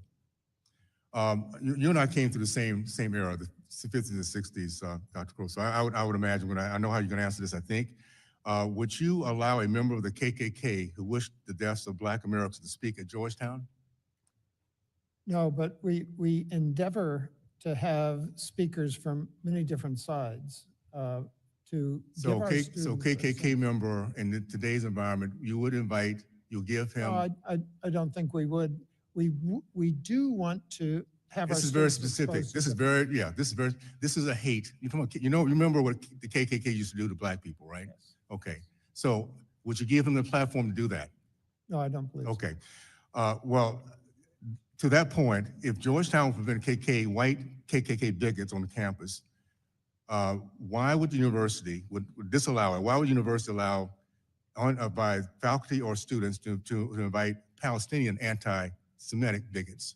Because that's what this guy is. I'm about to run out of time. I just want to say this. You have. Your time has expired. Yes. Okay. It's time to get this together, and I'm glad. Thank you, Mr. Chairman, for doing what we're doing right now. Appreciate it. I thank the gentleman. I now recognize the gentlelady from Pennsylvania, Ms. Lee. Thank you, Mr. Chairman. Like others, I've expressed my concern that despite 9 hearings on anti-Semitism since I've joined Congress, that we've yet to have a single hearing on any of the other very pervasive forms of hatred that's rising in our country right now. Anti-Blackness, of course, which remains foundational, anti-Muslim hate, which is approaching levels unseen since 9/11.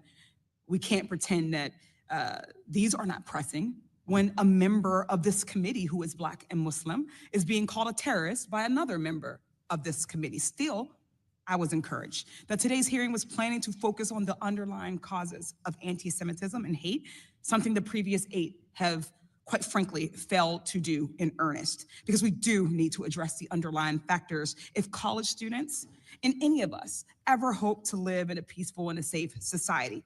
Instead, it was made immediately clear, unsurprisingly, that this is yet another hearing to demonize Muslims and their religion, to demonize Palestinians, including those in Gaza who have undeniably faced unspeakable harms, a humanitarian crisis and human rights crisis, and particularly the young students, activists, and faculty who are determined to stand up against human rights violations.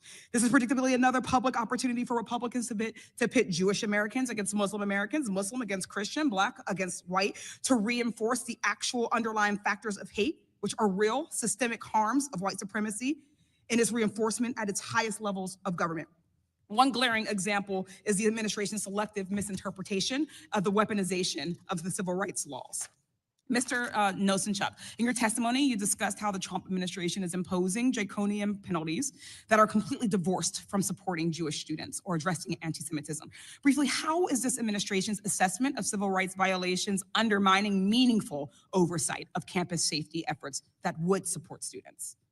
Thank you for the question, Congresswoman. As I said in my testimony, there is a proven way to address civil rights violations. Congress, this body, charged the Office for Civil Rights with enforcing Title VI of the Civil Rights Act and ensuring that all students have an opportunity to access their education free from discrimination. So when we would conduct an investigation and reach a resolution agreement, it would result in a whole series of steps that many of which my fellow panelists here have discussed to address the anti-Semitism that has occurred and to change the campus climate so that anti-Semitism doesn't exist. In addition, when investigations are conducted, it's not like there's only one type of discrimination that's occurring. Often when an investigation is conducted and there's evidence of, say, anti-Black discrimination, we might also have found evidence of anti-Semitic discrimination and expanded the investigation to encompass that. We had that flexibility. Imposing a $900 million penalty on a university is not going to prompt university presidents sitting here to think about how they're going to address anti-Semitism. They're going to think about how are they going to fill this huge hole in their budget that's just been created by a penalty that has nothing to do with the discriminatory conduct that has actually occurred. Thank you. I mean, and I want to also be clear, like that we don't allow ourselves to be lost in rhetoric. This administration's attack on colleges isn't just about campus safety. I argue it's not about it at all. It's about suppressing education. The point of college, we've talked about, is for students to expand their worldviews, develop critical thinking skills, make them less susceptible to disinformation, and navigate how to stand up for what's right and important to them.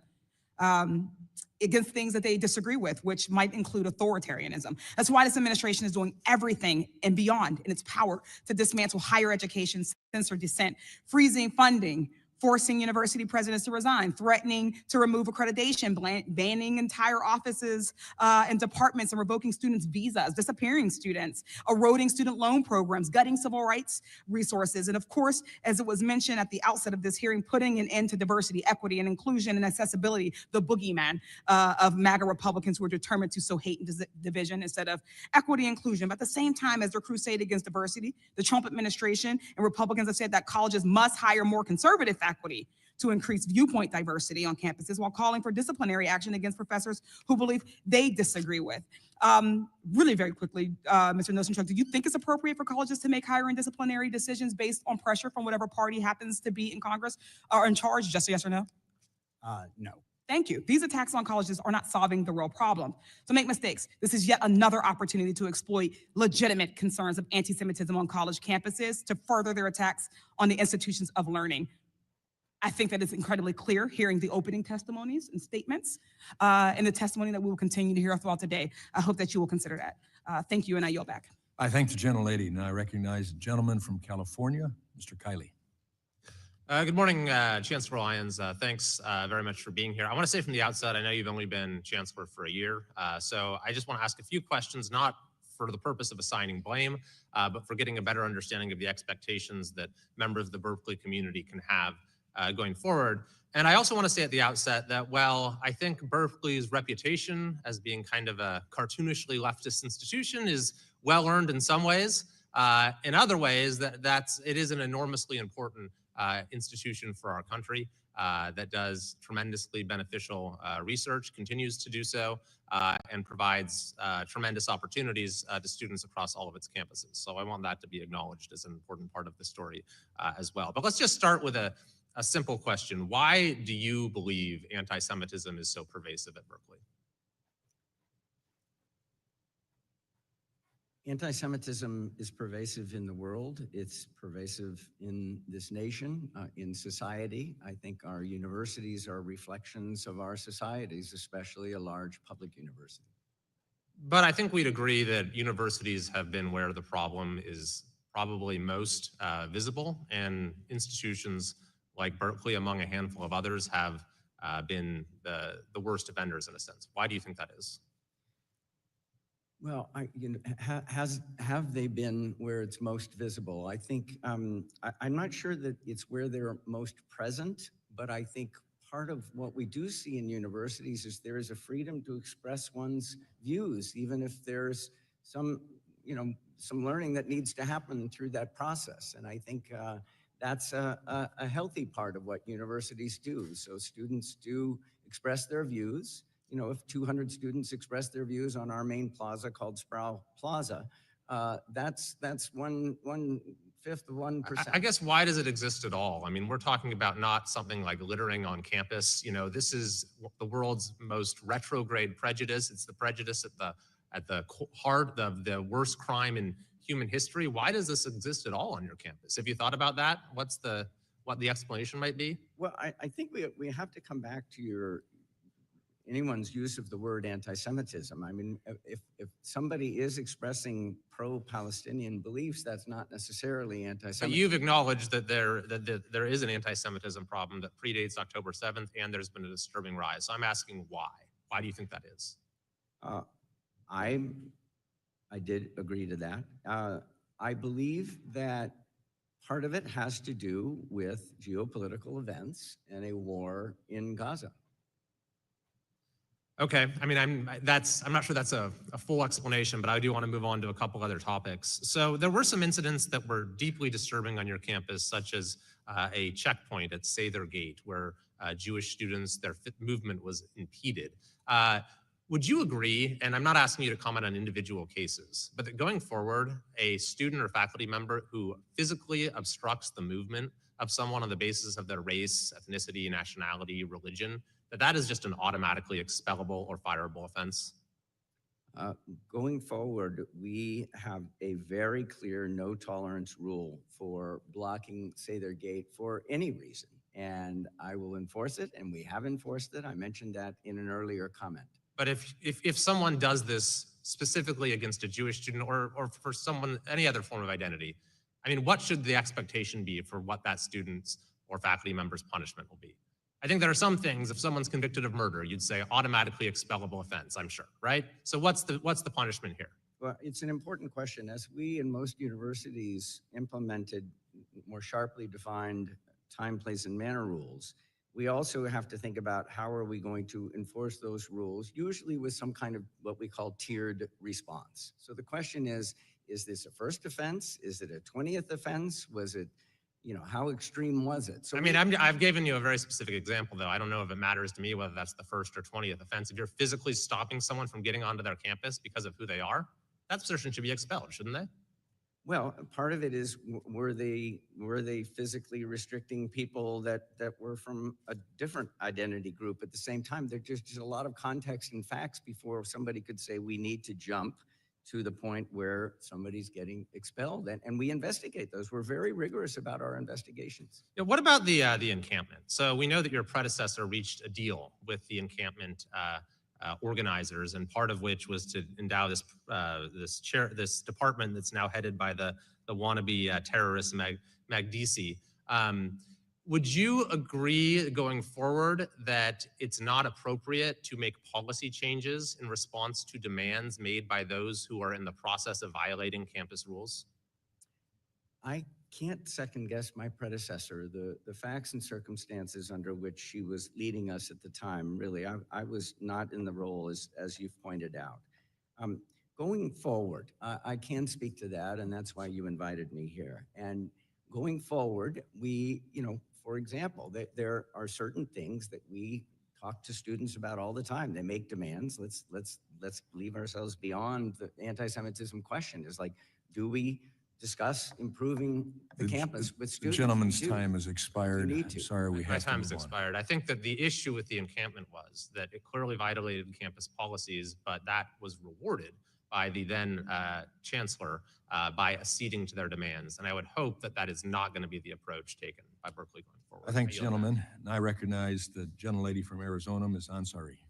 Thank you, Mr. Chair. Thank you to all the witnesses for being here today. Anti-Semitism has undoubtedly been on the rise for years. As we all know, although Jews constitute only 2% of the US population, anti-Semitic attacks account for 15% of all hate crimes and almost 70% of all religion-based hate crimes in the country. In the current climate, almost 50% of Jewish college students report feeling uncomfortable, unwelcome, or unsafe on campus because they are Jewish. That is unacceptable. Particularly on college campuses, we've heard concerns about faculty members using rhetoric that at times crosses the line into anti-Semitism and creates hostile environments for Jewish students.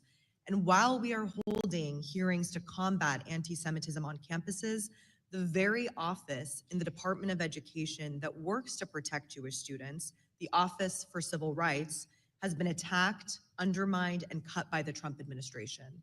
This office works to protect individuals based on race, color or national origin, sex, age, religion, and disability. And I would be remiss if I didn't mention that in addition to the sharp rise in anti-Semitism, data shows a very clear rise in Islamophobia as well, especially in recent months, a rise in anti-Asian hate, persistently high rates of bias-motivated crimes against Black communities, and FBI data also shows prejudice against sexual orientation, gender identity, and disability bias. And just yesterday, the Trump administration and the Trump-appointed Supreme Court affirmed his plan to dismantle the Department of Education and fire nearly 1,400 employees, 1/3 of their workforce.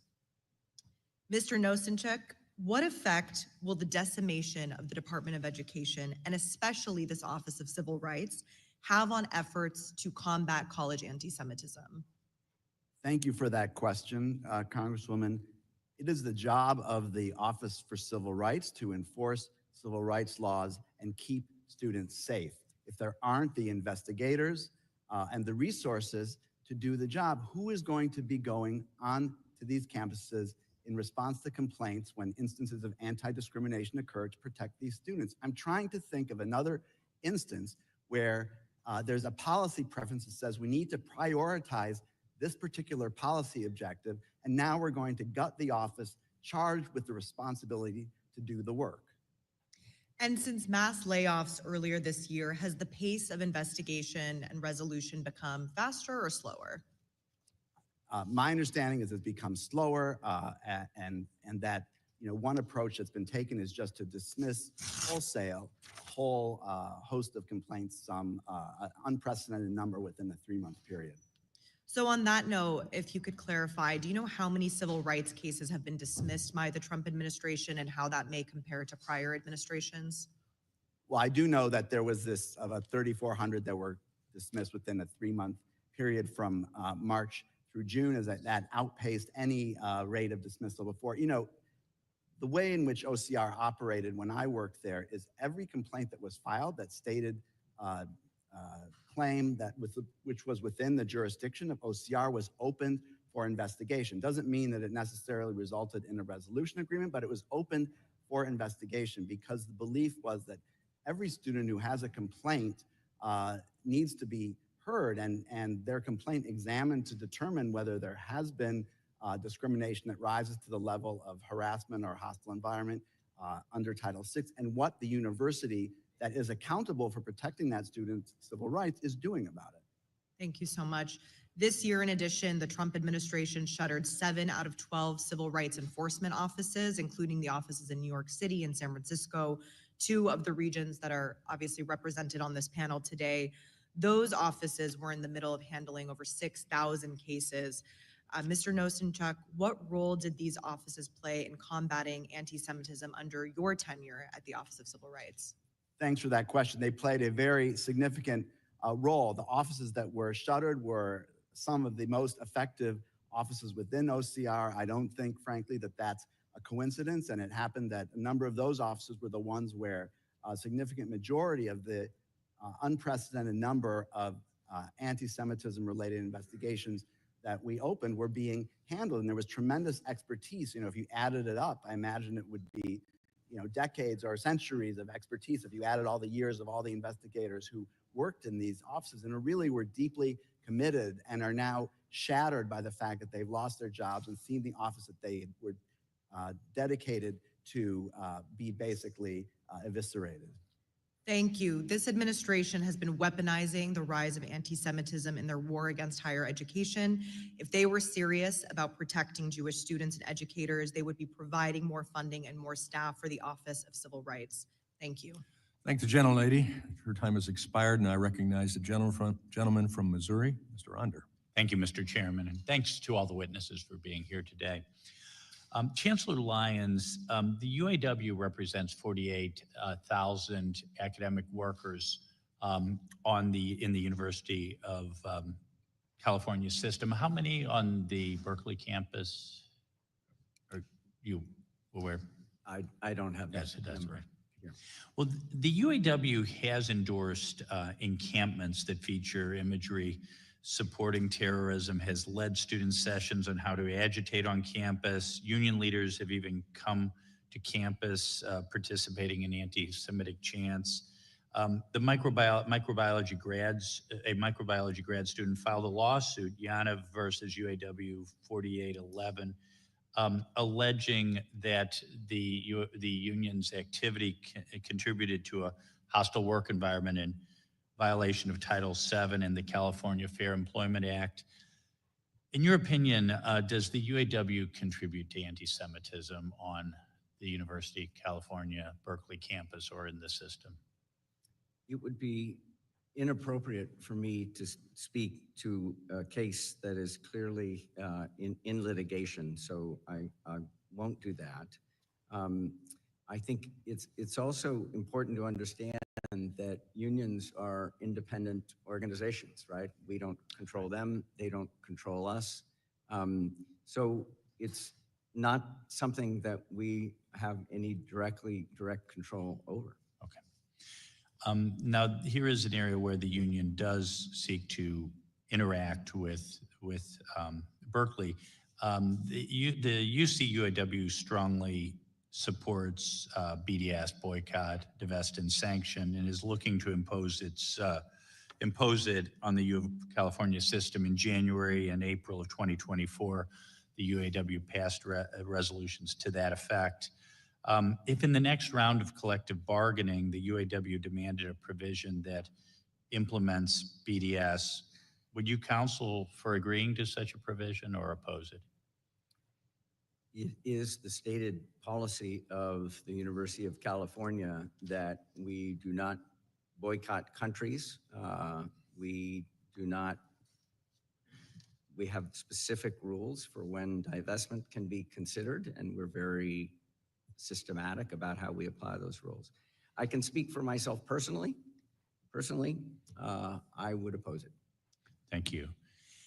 And it's been reported that the UC UAW prepared a list of members of the UC Board of Regents with Jewish or Israeli ties and targeted them for investigation. What if UAW proposed a provision under which Berkeley and other University of California schools would disclose to the union any grants, donors, programs, or professors with ties to Israel?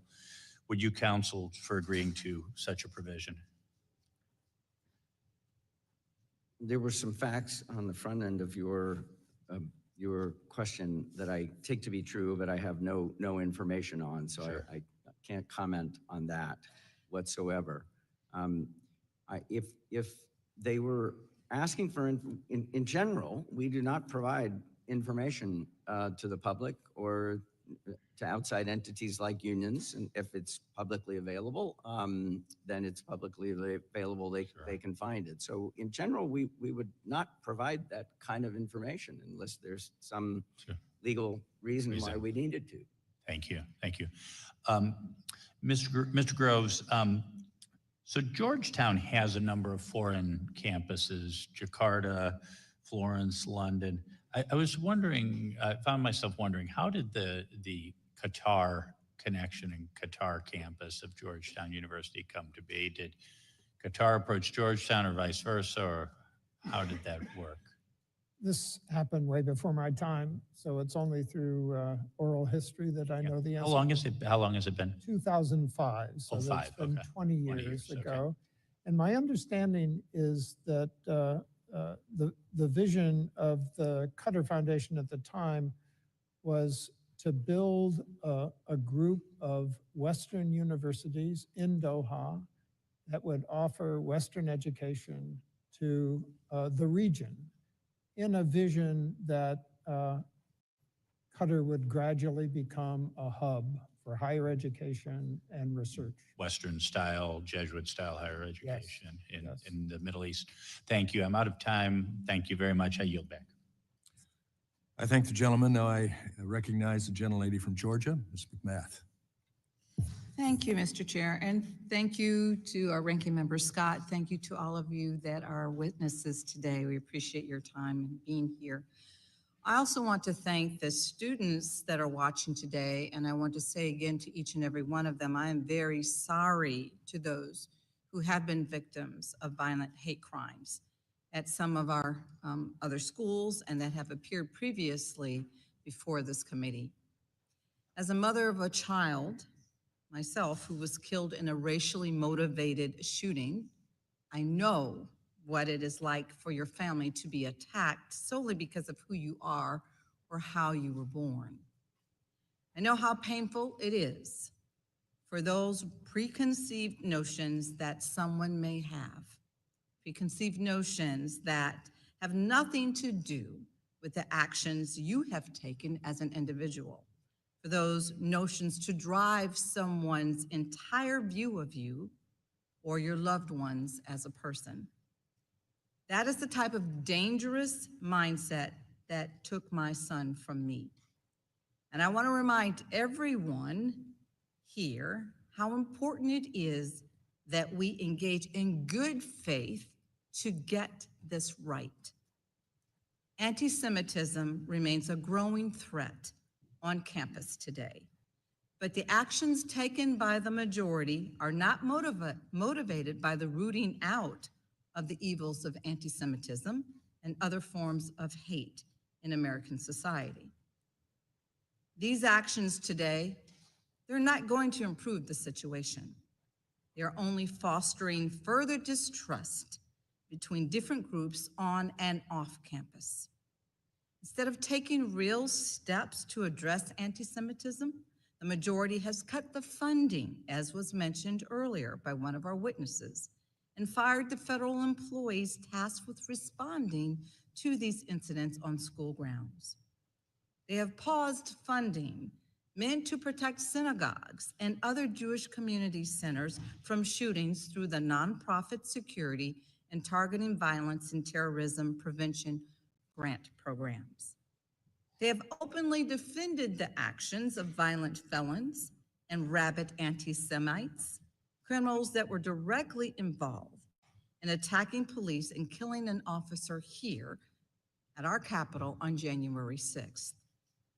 When white supremacists marched through the University of Virginia chanting, "Jews will not replace us," the president said that there were very fine people on both sides.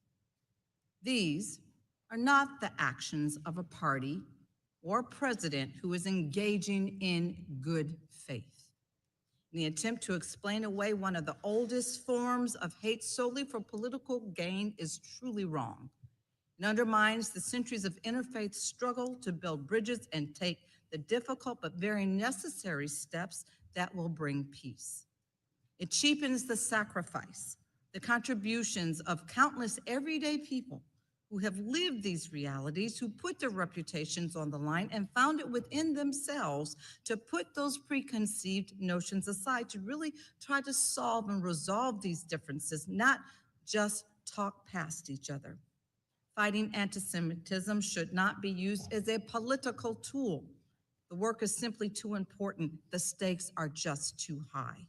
Today, Georgia is home to the largest population in the Deep South, my state.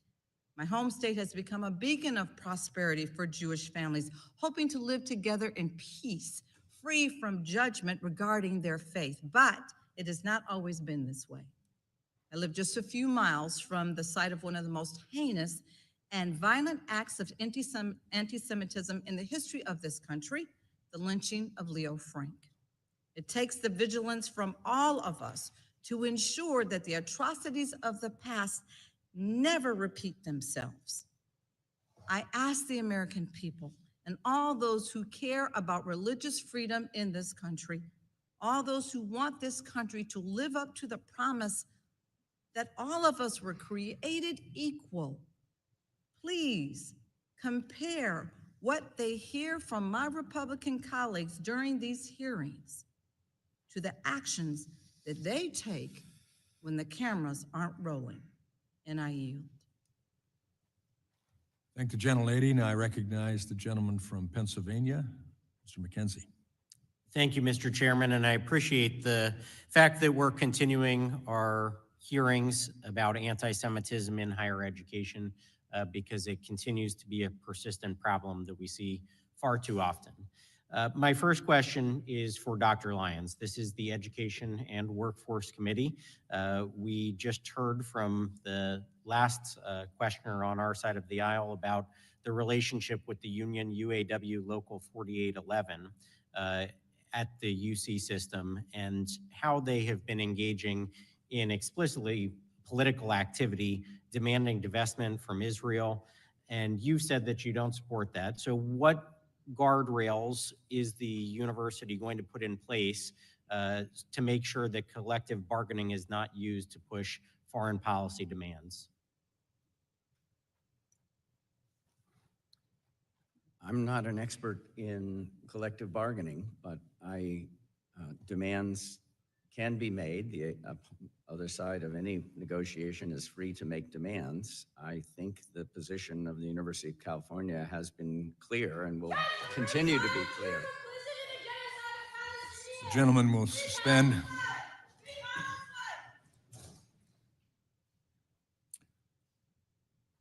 All in attendance are reminded in accordance with Rule 11, Clause 4 of the House of Representatives to observe standards of dignity, propriety, courtesy, and decorum traditionally observed by the House and this committee.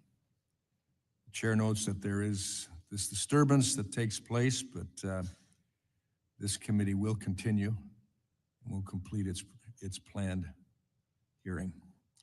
I now recognize the gentleman from Pennsylvania to continue.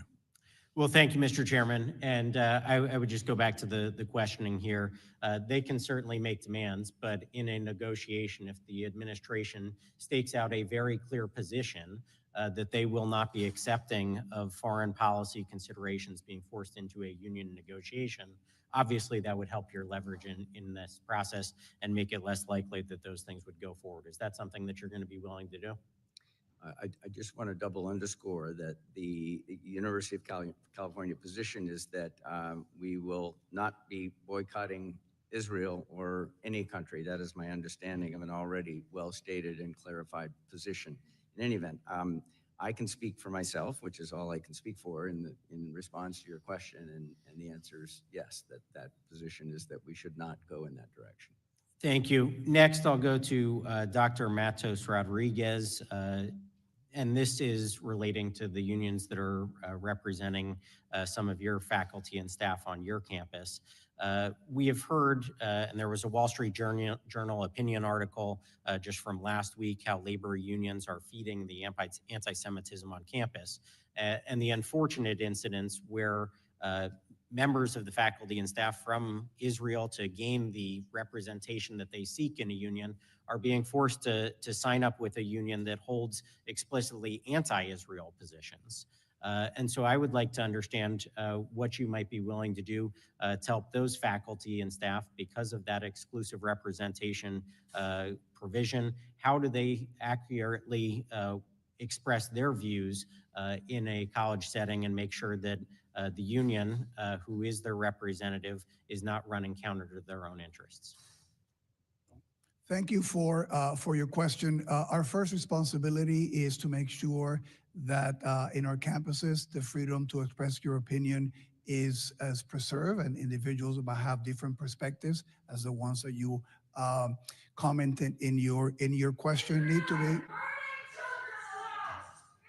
Suspend. Time of.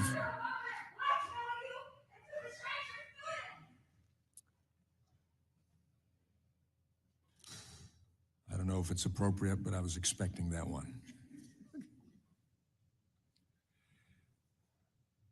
I now recognize the gentleman to continue his questioning. Having said that, the other part of that is that we expect everybody to conduct themselves, every faculty, staff member, and student at the City University of New York with the utmost level of professionalism and to abide by all our policies.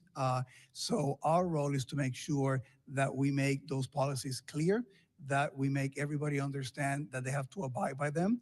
And if anybody breaks them, that we investigate and take the appropriate action. So that would be our role in making sure that the policies against any kind of discrimination, against any kind of harassment are not tolerated.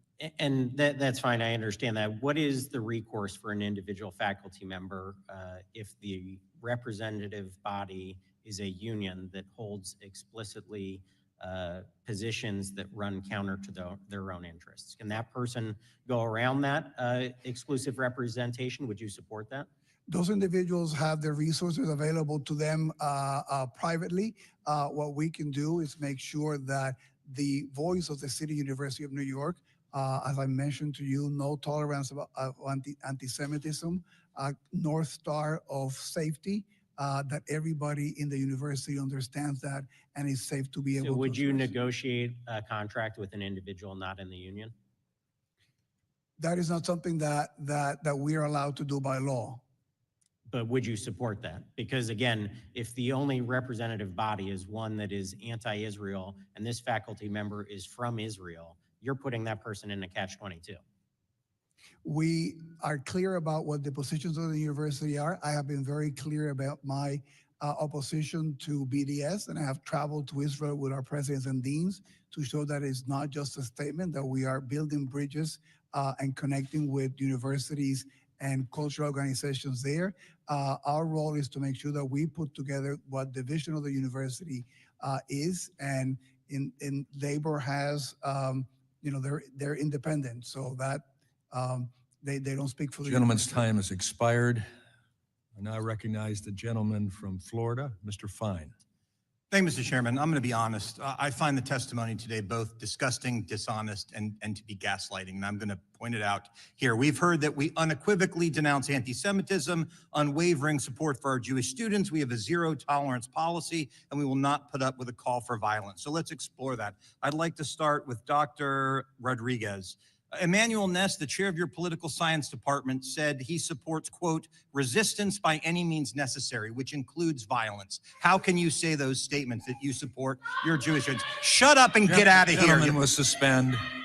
Gentlemen will suspend. Get out of here, you loser. Come on.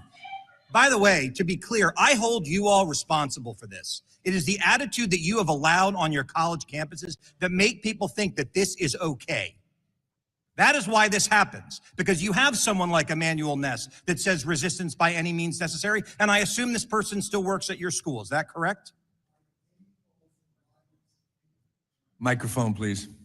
Any call for violence against Jewish members of our community is entirely unacceptable. So why does this person still work there? Any individual or faculty that has a complaint of breaking our rules, we will investigate them and take the appropriate disciplinary action if warranted. Corinna Mullen at John Jay College said, after October 7th, the right of Palestinian armed resistance is just, and just last month was filmed chanting, up, up, up with freedom, down, down, down with Zionist scum. This is a professor that teaches your Jewish students. How can you say you have an unwavering zero tolerance policy when this person teaches at your school? Again, I believe that that faculty member is no longer teaching with the university.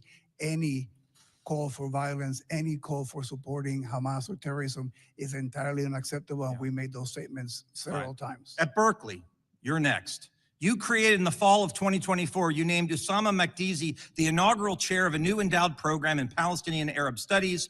On October 7th, Makdizi described the Hamas attack against Israel as, quote, resistance. Why would you give a job? See, I understand freedom of speech, but you get to decide who to hire. Why would you give a position to someone who said October 7th was justified? Why? Usama Makdizi, Professor Makdizi, is a fine scholar. He was awarded that position from his colleagues based on academic standards. Great. So on February 5th, 2024, this great academic, you're showing the problem, said, quote, I could have been one of those who broke through the siege on October 7th. This is what you think is good. And then we're surprised when people come in here and behave this way. I'm going to move on to Georgetown. You've got a campus in Qatar.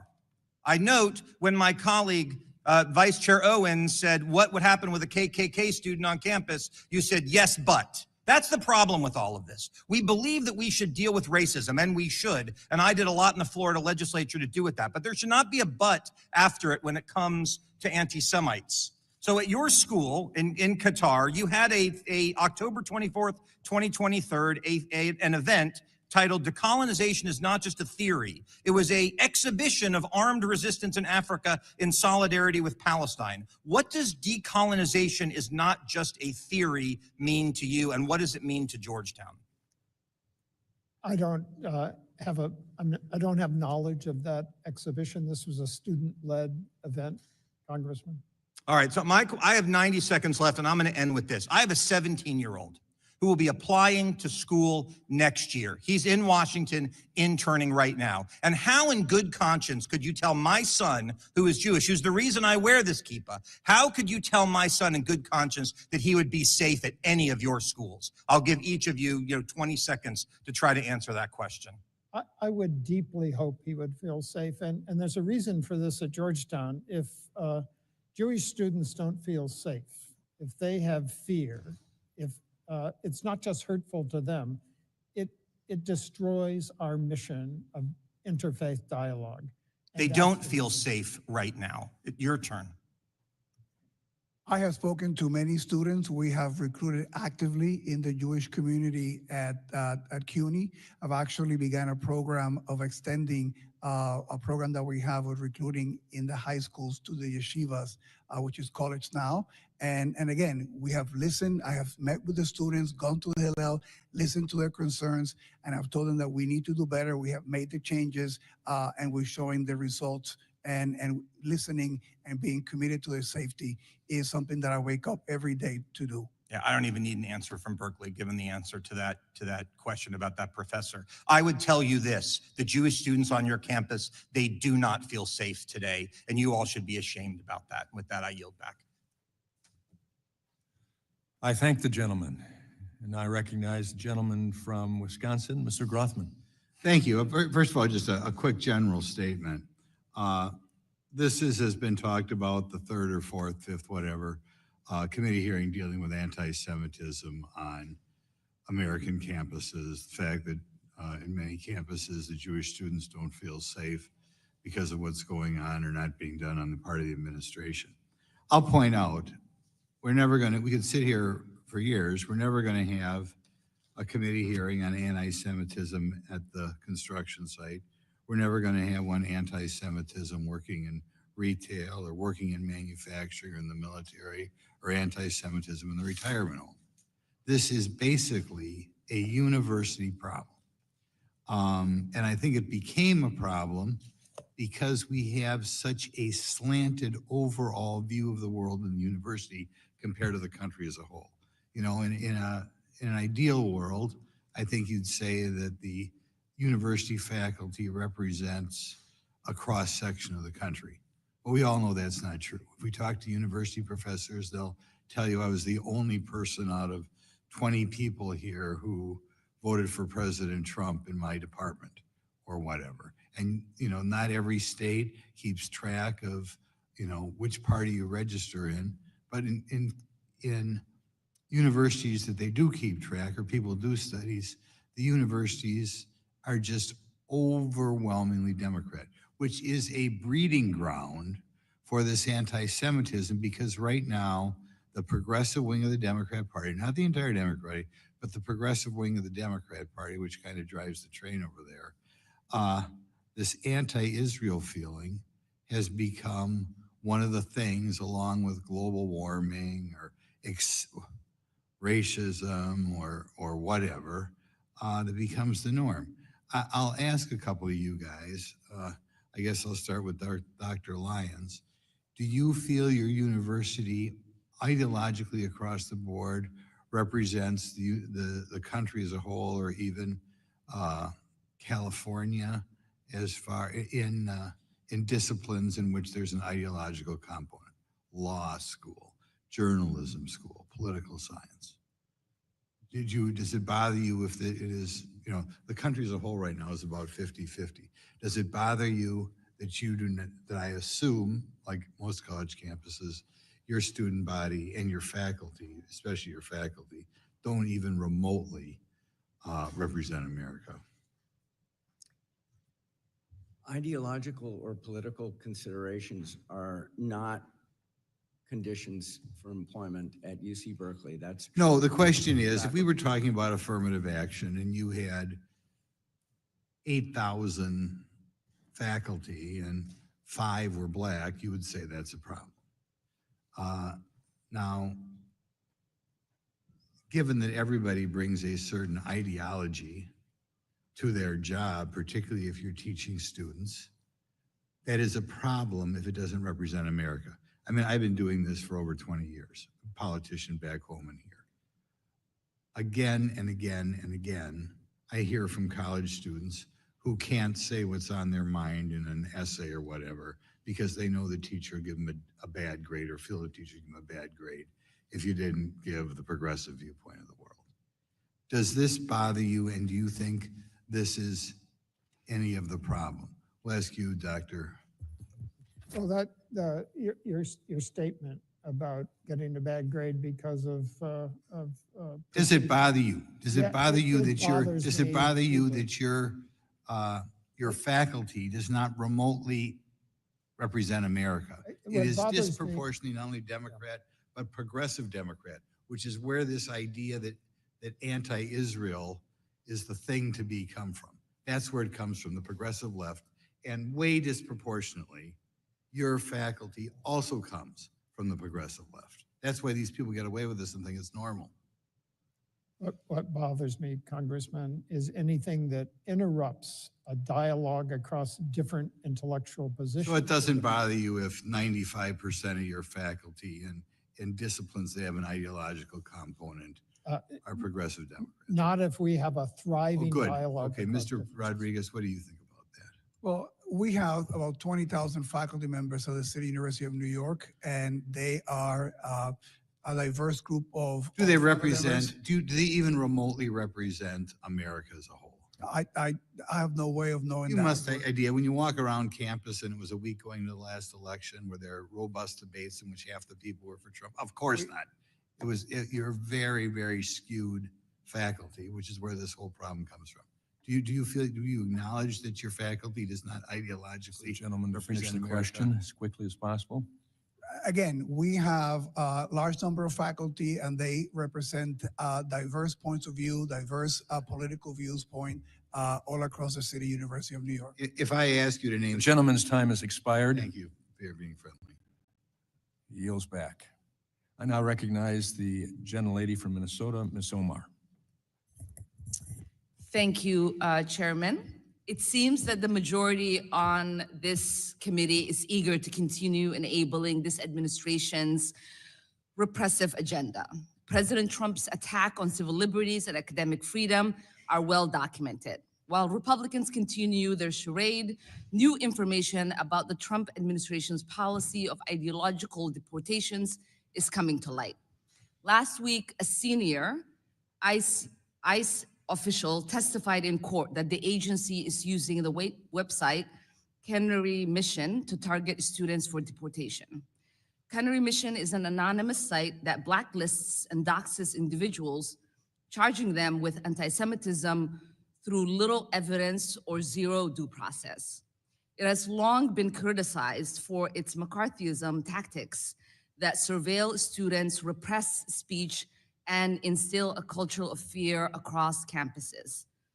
This is a site that reframes attending an anti-war protest as supporting pro-Hamas rally. It is not known who runs this site, but the agenda is clear: pro-Palestinian advocacy cannot be tolerated. And now this ideological agenda has a direct line to state power.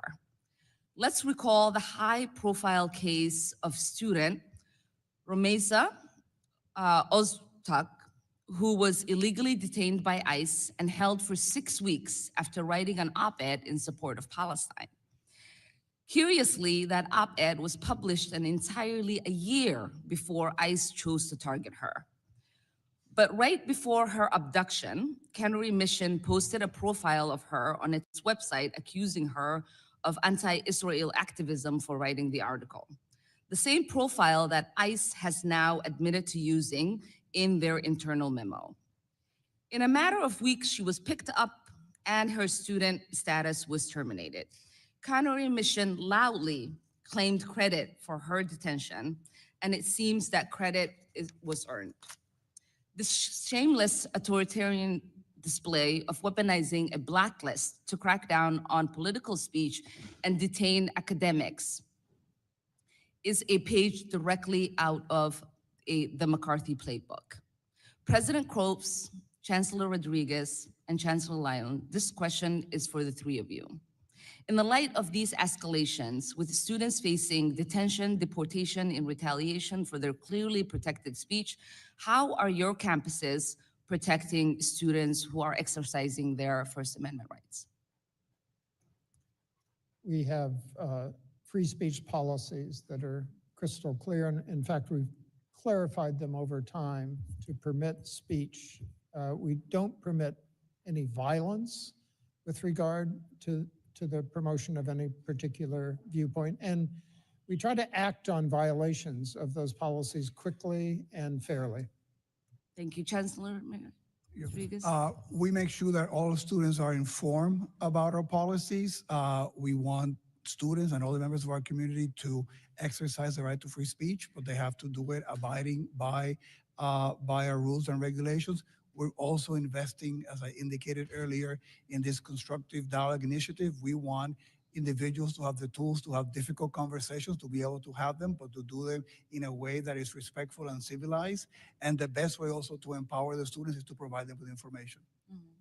Chancellor Lyons. We are supporting with education and training over 30 anti-bias initiatives to make sure that students can see into these issues more deeply. New curriculum, like what I mentioned earlier, a course like openness to opposing views, sharpening where the no tolerance lines are, which was very, very helpful, I believe, for the students to feel like they could safely express their free speech rights. And at what stage, to the three of you again, will you intervene when students are being doxxed? We've seen fans in front of your campuses with students being doxxed. Well, at Berkeley, the question there is, if a doxing or other discrimination or harassment event would be reported, and we would follow it up with an investigation and make a decision. And we have a webpage that we indicate to members of the community as a resource for the different things that can be done if someone is a subject of doxing. Reports of doxing are acted on quite quickly and investigated. Appreciate that. Thank you, and I yield back. I thank the gentlelady. I now recognize the gentleman from North Carolina, Mr. Harris. Thank you, Mr. Chairman, and thank all of you for your time and your patience and being in the panel. I appreciate your written testimonies and had an opportunity to review those as well as hear you today. Dr. Groves, in your testimony, you said, and I quote, "As a Jesuit university, we believe that working with someone with conflicting views to yours does not imply that you've been captured by their beliefs," end quote. And I agree with that statement.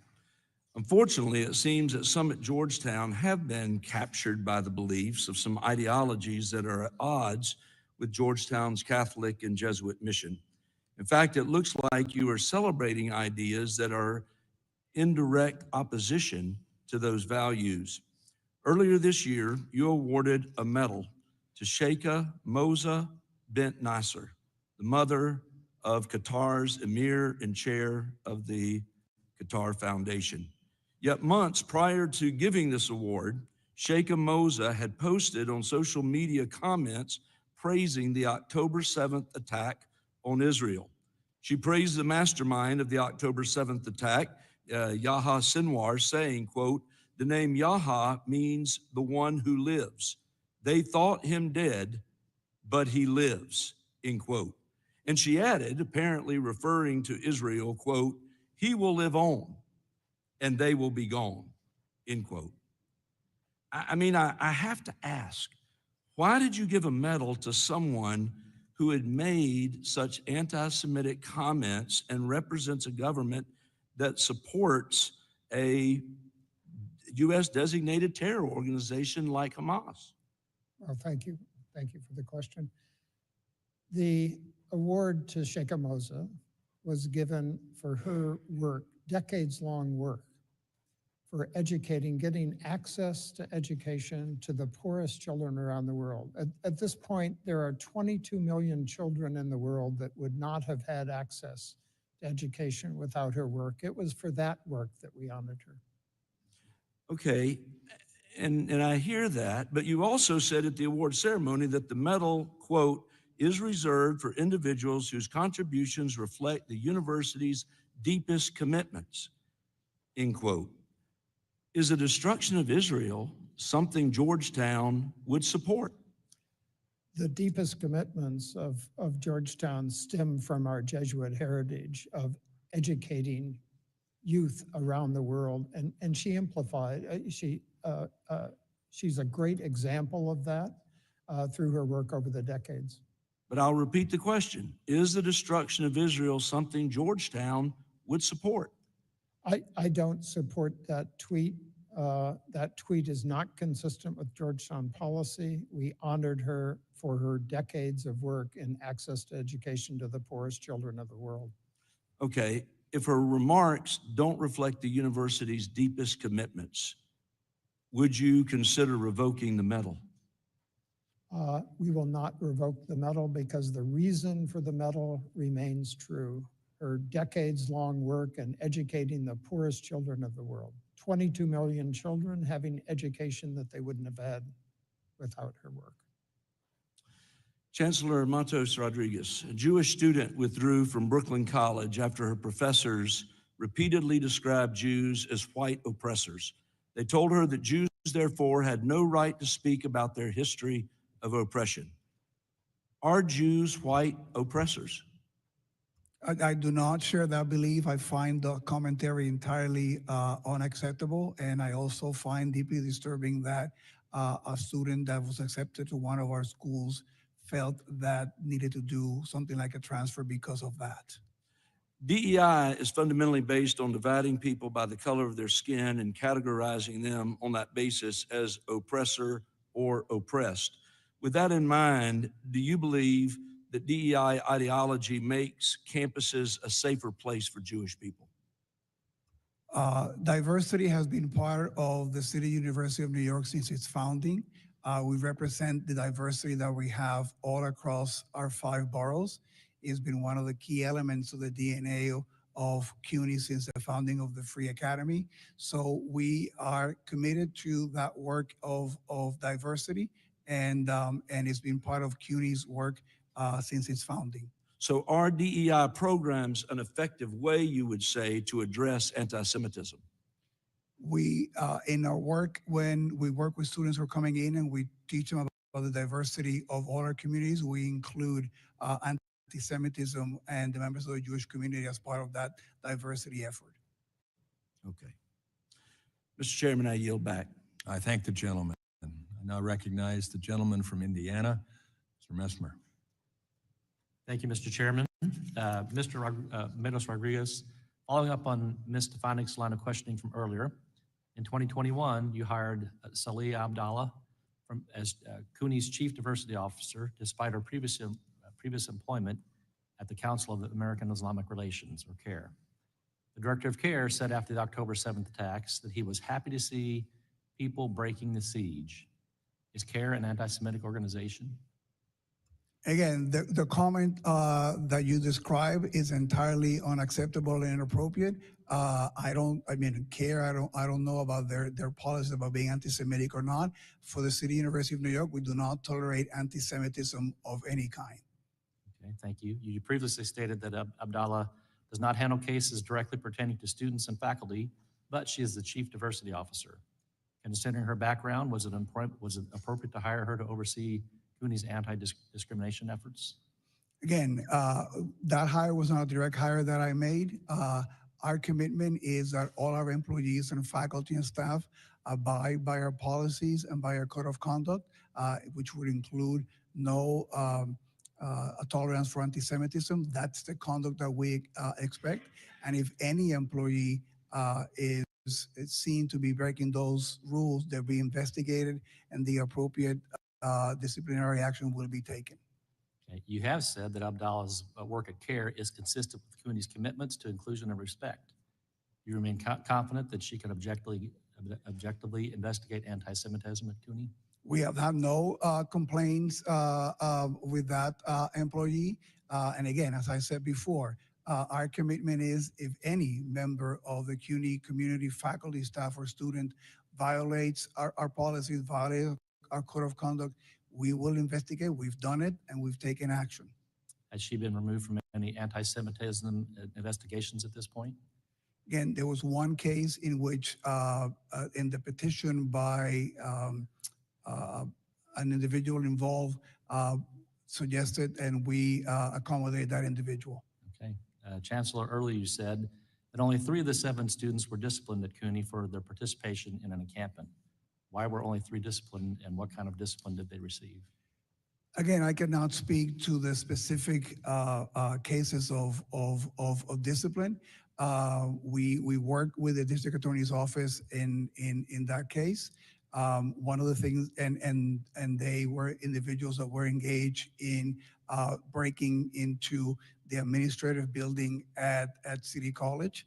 As I indicated before in my testimony, the experience of that encampment is one that we've taken to heart.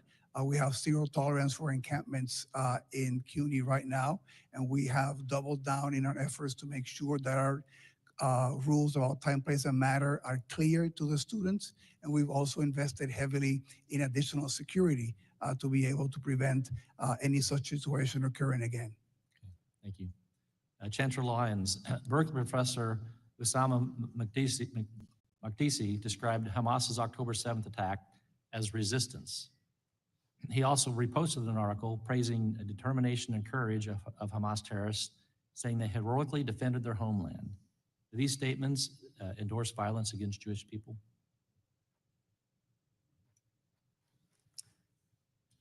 I cannot speak to the specific elements of that. Different people have different views on that. Any call to violence or repeat of the horrific violence of October 7, in my perspective, is objectionable and unacceptable. So those that would view those remarks that way would have to take it the same way. They are unobjectionable and arguably a call to violence. About a year after the October 7th attack, Berkeley rewarded him by naming him the inaugural chair of a new Palestinian studies program.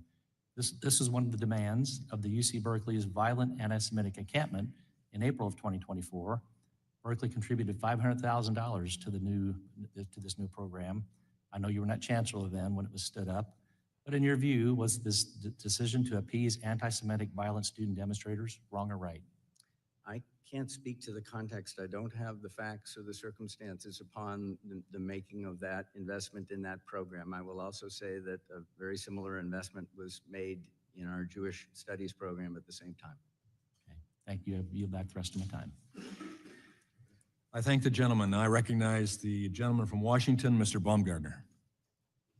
Thank you, Mr. Chair. Well, it very much pains me what has happened to higher education in America and its current status. I'm the son of a university professor. Actually, I spent a year in between WSU and Harvard teaching at the Catholic University of Mozambique, living and working with the Jesuits, so I have strong affinity for the Jesuits. But the radical leftward bent of America's higher education system has accelerated in the last 5 years has been extremely concerning. The diversity statements that you have, many college administrators have forced their faculty hires through to promote even more of a radical ideology, I think is very destructive. And I think what you're seeing from Congress these days is representation that the American people have very much lost trust, or large segments of the American people have very much lost trust in higher education, and that trust needs to be restored. It is my belief that one of those ways that trust could be restored would be to fully account for any foreign influence or foreign spending on your college campuses. And Dr. Groves, I'd like to start with you. Does Georgetown fully account, and is Georgetown fully transparent with foreign money spent on your campus? We certainly attempt to report all of our receipts from non-U.S. sources. One measure of that was with regard to Section 117 reporting, that there was an investigation of Georgetown along with other universities. And after months of reviewing the data we had submitted to the Department of Education, we received a letter commending us for our reporting. This is in 2021, 2022. And can you commit right now to the American people that every dollar of foreign spending you will be transparent with? I would be happy to commit to that. Okay, thank you. Dr. Lyons, could you talk to us about foreign spending on University of Berkeley's campus? Do you think the American people have the right to know if foreign dollars are being spent on your campus? We, like other universities, were very, very careful about any foreign monies that come into the university. The university is funded across many, many different sources, and we are very, very careful to vet countries of concern as America's interests would require us to. And you would commit to full transparency of foreign spending on your campus? Well, as a public university, I am not ready to commit to that on the fly. There are different donors to the university who request anonymity. What do you think that says to the American people when you want to hide foreign influence on your college campus? Do you think that restores trust? I can assure you, and what I'd be very, very happy to be very transparent about is exactly what is our process for vetting those things. We say no to a lot of foreign money, I promise you that. Give me an example of foreign money you've said no to. I'm not in a position to provide that information, but I'm very happy to be fully transparent. But you could understand at a time when large segments of the American population has seen university campus go ever farther left-wing and more radical, and there's a deep concern about foreign influence on college campuses, lack of ability for Americans, high school graduates to be able to get spots on college campuses. You could understand why it would be concerning to have a university president come before Congress and say, we don't want to be fully transparent about foreign influence. I want to be fully transparent about the process by which we make sure that our process has integrity and that we are acting in America's best interests. But why if a foreign government wants to put money onto your campus, wouldn't you be willing to tell lawmakers, the American people, about that? Well, my understanding is that there are in fact currently a lot of disclosure requirements around that, although it's not an area of my specific expertise. I think we disclose an awful lot of that information to the government currently. Okay, well, I'm just going to ask you one more time. Do you commit today to being fully transparent? Every dollar of foreign spending that takes place on your college campus, you would let the American people know about? I am glad to bring that back with my team and consider it, but I'm not ready to make that commitment today. I yield back, Mr. Chair. I thank the gentleman. I recognize the gentlelady from Michigan for her 5 minutes of question, Ms. McLean. Thank you, and thank you all for being here today. Thank you, Mr. Chairman, for holding this hearing. I want to start with you, Dr. Lyons. You're the chancellor at the University of California, Berkeley, and you've been at the university for how many years? I was an undergraduate there and came back on the faculty just over 30 years ago. Okay, so you've been around, you've seen a lot of things. Do you believe that Jewish students feel safe on your campus? I believe that most Jewish students feel safe on our campus. You think there's any that don't? Yes. Yeah, why do you think that is? Well, I think there are Jewish people that don't feel safe in lots of parts. I'm not talking about lots of parts. I'm talking about the university in which you are in charge of. Why do you think that is?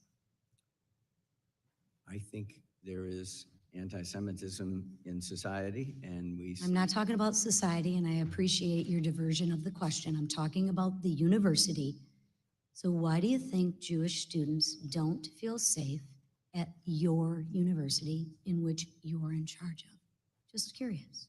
Well, I think part of safety for most people is some of it is physical, some of it is more emotional, and am I being harassed, but not necessarily being confronted with potential violence. So I've admitted already there is anti-Semitism on campus, and I think that And I'm asking a simple question. Why do you think that is? And we've spent almost 30 seconds you avoiding the question.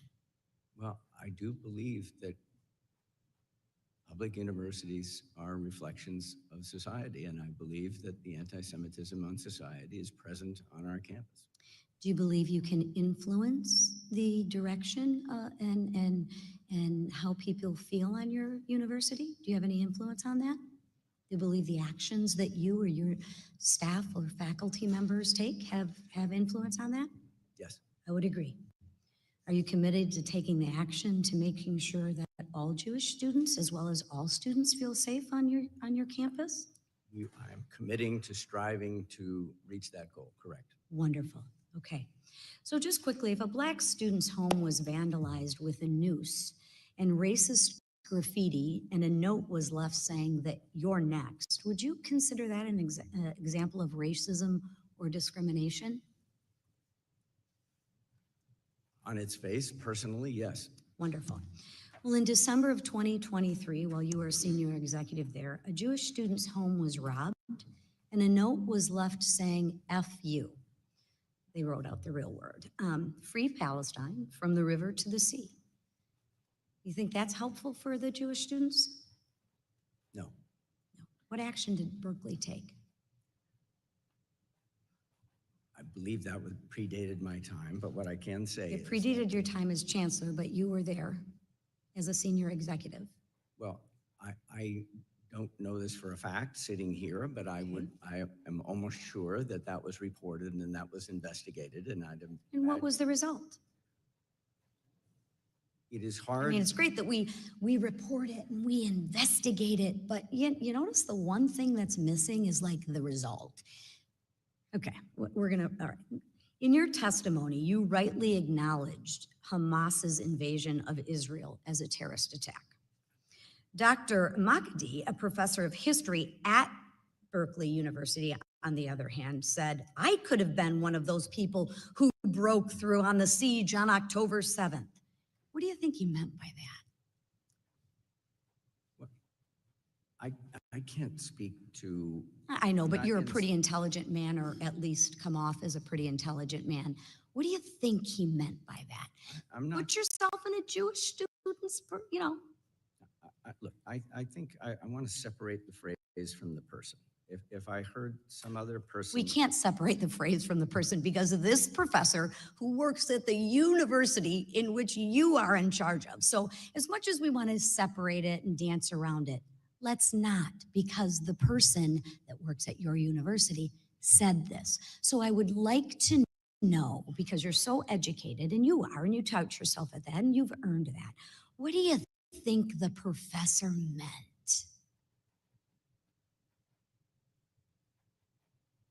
Hello? I believe it was a celebration of the terrorist attack on October 7th. Right. Do you think, did you have any conversations with this professor? I've had conversations with this professor, yes. Yeah, and what was his response? And what were the conversations?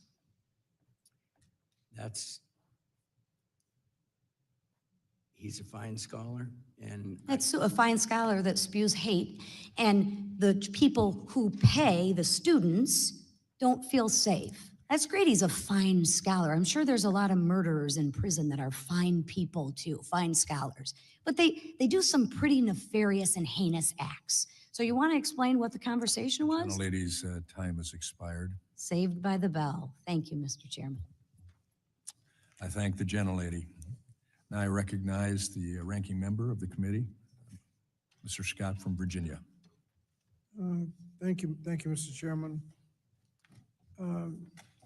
Mr. Nosenchuk, we've had a lot of comments entered into the record, complaints and comments with no indication of the resolution or status of an investigation. What's wrong with drawing conclusions, just having one side, just having heard the complaint? Thank you for the question, Congressman Scott. What's wrong with that is that the investigation hasn't been completed. You know, there is such a thing as due process, and there's such a thing as process.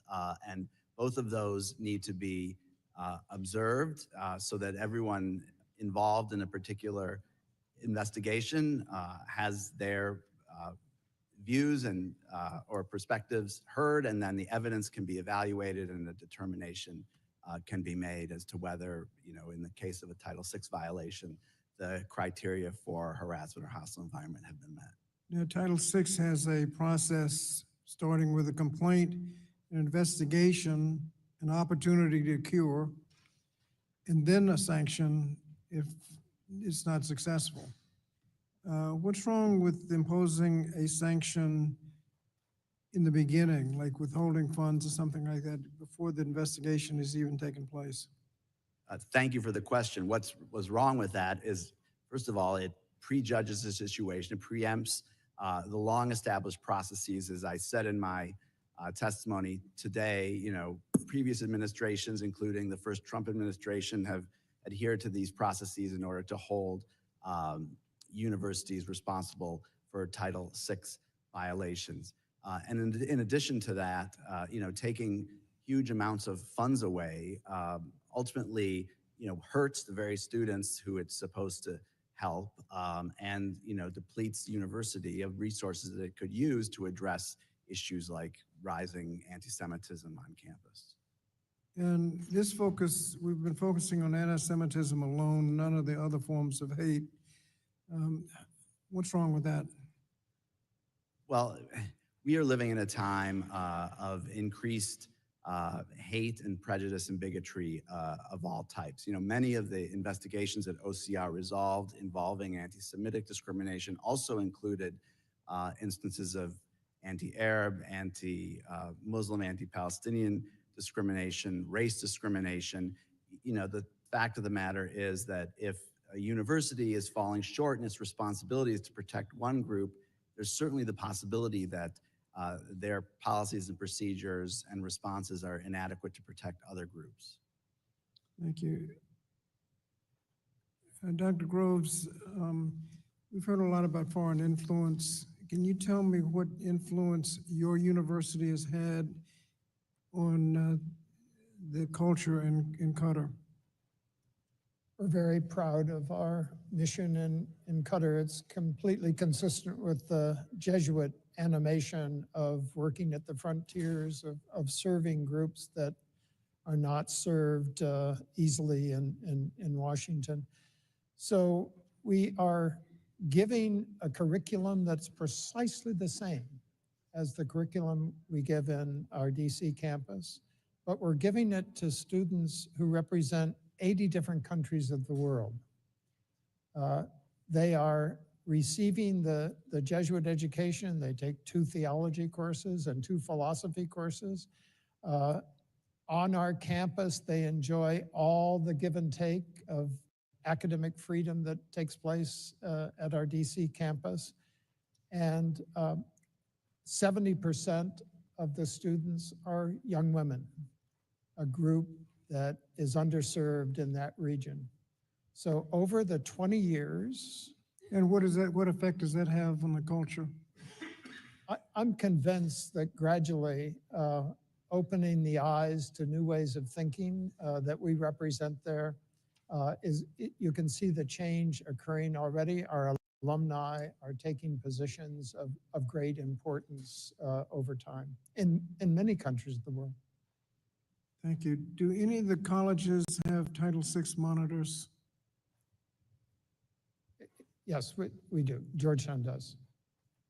That is done by the new center that we instituted. Okay.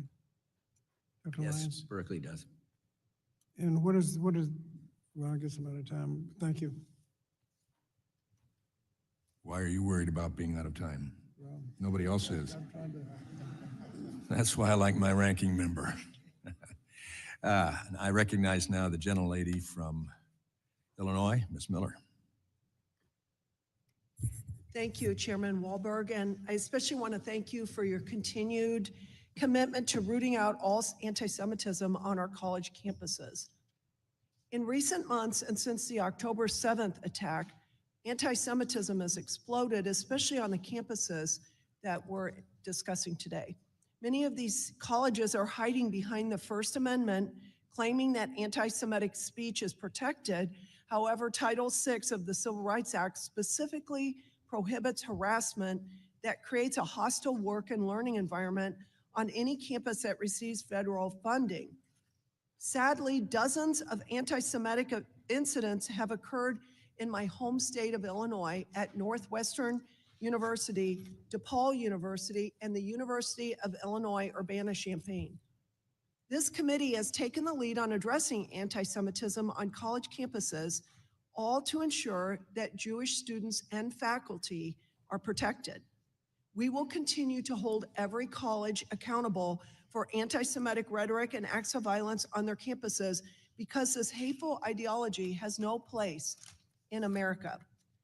So Chancellor Matos Rodriguez, a professor at the CUNY Graduate Center, Sodia Tor, referred to the terrorist group Hamas as resistance fighters.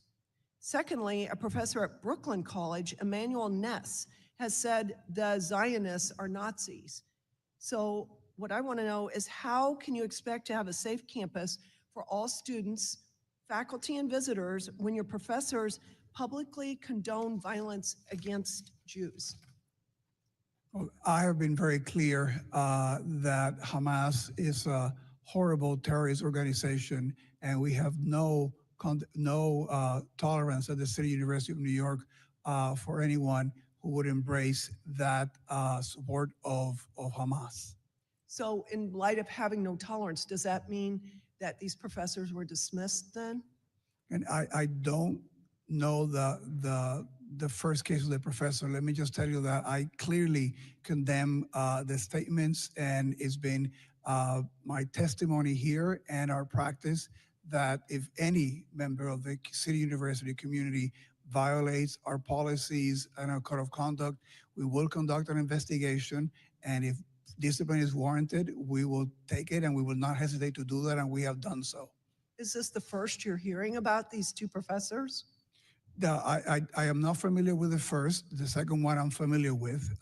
Was there a hearing and an investigation? And I am not familiar with the comments that you made, which as I mentioned to you, I find entirely reputable. But my commitment has always been, and our policy is that if those things come to our attention, they will be investigated and action will be taken. Well, now that it's brought to your attention, I trust that you're going to go back and there will be an investigation and consequences. One thing I learned when I raised my children, you could say whatever you want, but if there aren't consequences, the behavior will not change. Dr. Lyons, in February, the Gender and Women's Study Department at UC Berkeley hosted an event entitled Feminist and Queer Solidarities with Palestine.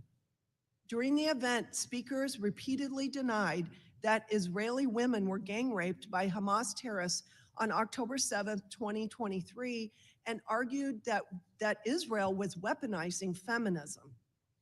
So I want to know, why was this event ever allowed on UC Berkeley's campus?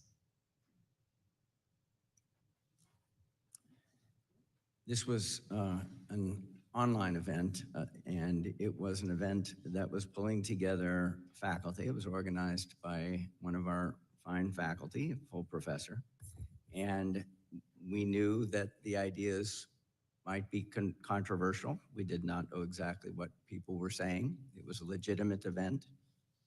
I did not prevent it from happening because I felt that keeping the marketplace for ideas open was really important in this instance. Well, you called the faculty a fine person or whatever, and this is what they said. So was there has there been any other kind of investigation into this professor? So what you quoted was not something, as I understand it, that the Berkeley faculty member said. There were four people that were involved in this event. It was organized by a Berkeley faculty member. Did that faculty member dispute this? Did they call it out as reprehensible? They did not call it out as okay, because silence it means something. So this is terrible, and I yield. I thank the gentlelady. Now I recognize the ranking member, gentleman from Virginia, Mr. Scott, for his closing remarks. Thank you, Mr. Chairman. Before I give closing remarks, that is unanimous consent to enter the following documents into the record. A letter to the chair and ranking member dated July 11th from 6 family members of hostages taken on October 7th, entitled, "In a Time of Unimaginable Pain, Georgetown Made Space for Us." A second letter for the record to the chair and ranking member dated July 10th from Jamie Baran, CEO of Bend the Arc Jewish Action. Third, an op-ed that appeared in the U.S. News and World Report yesterday by Sarah Silverman entitled, quote, "I faced anti-Semitism at Harvard Don't destroy the university in my name. And finally, an audit from the Anti-Defamation League from 2024 that shows that anti-Semitic incidences are all over the United States, not just on college campuses. Without objection, they will be received. Hearing none. Thank you, Mr. Chairman. Mr. Chairman, I'd like to take a moment to note two incidents that occurred during this hearing that demand a response. First, a committee member used a visual exhibit displaying an email that did not redact the email addresses of sender and recipients of the email. There's no reason not to redact the addresses on that email. The truth of the matter being asserted in the email was clear without the personally identifiable information. So to not redact it was unnecessary and can lead to harassment, and members ought to be sensitive to that. Since October 7th, we've seen there have been insidious incidences of doxing of individuals on all sides of the issue, and the committee should not be contributing to that. I understand based on my parliamentary inquiry that the committee does not have a policy on this, but I urge that we work together to develop such a policy. Duly noted. Thank you, Mr. Chairman. Further in the line of questioning, Chancellor Rodriguez was asked questions about choices made at a CUNY law clinic as to who they choose to represent. And this is not the first, basically, I think it's wrong to evaluate lawyers based on their clients, but this is not the first time the committee has asked questions about how a law school clinic operates and who they represent. The last time we attempted to do so, the clinic hauled the committee and two of the chairs into court, arguing in their lawsuit that the letter, quote, reflects a bare desire to harm plaintiffs for their association with left-wing causes that the committee does not like, and for the protected speech reflected in their progressive left agenda. At a hearing, Matthew Berry, the House counsel representing the committee, said in regard to that legal clinic inquiry, quote, I want to be absolutely clear that the formal request has been withdrawn. It is not a cover for, and there's not going to be any informal behind the scenes request for the same documents. I find it troubling that what we promised not to do in one school in court, we've attempted to do in another school in an open hearing. I want to reiterate something fundamental. Institutions of higher education must be places where all students, faculty, regardless of background, can learn and teach free from discrimination, harassment, or violence. This is not a partisan issue, it's a moral imperative. But what we've seen from the Trump administration is not a good faith effort to uphold those values. Instead, we've seen a radical reinterpretation of our nation's civil rights laws, one that weakens protections for students while empowering political actors to meddle in academic spaces.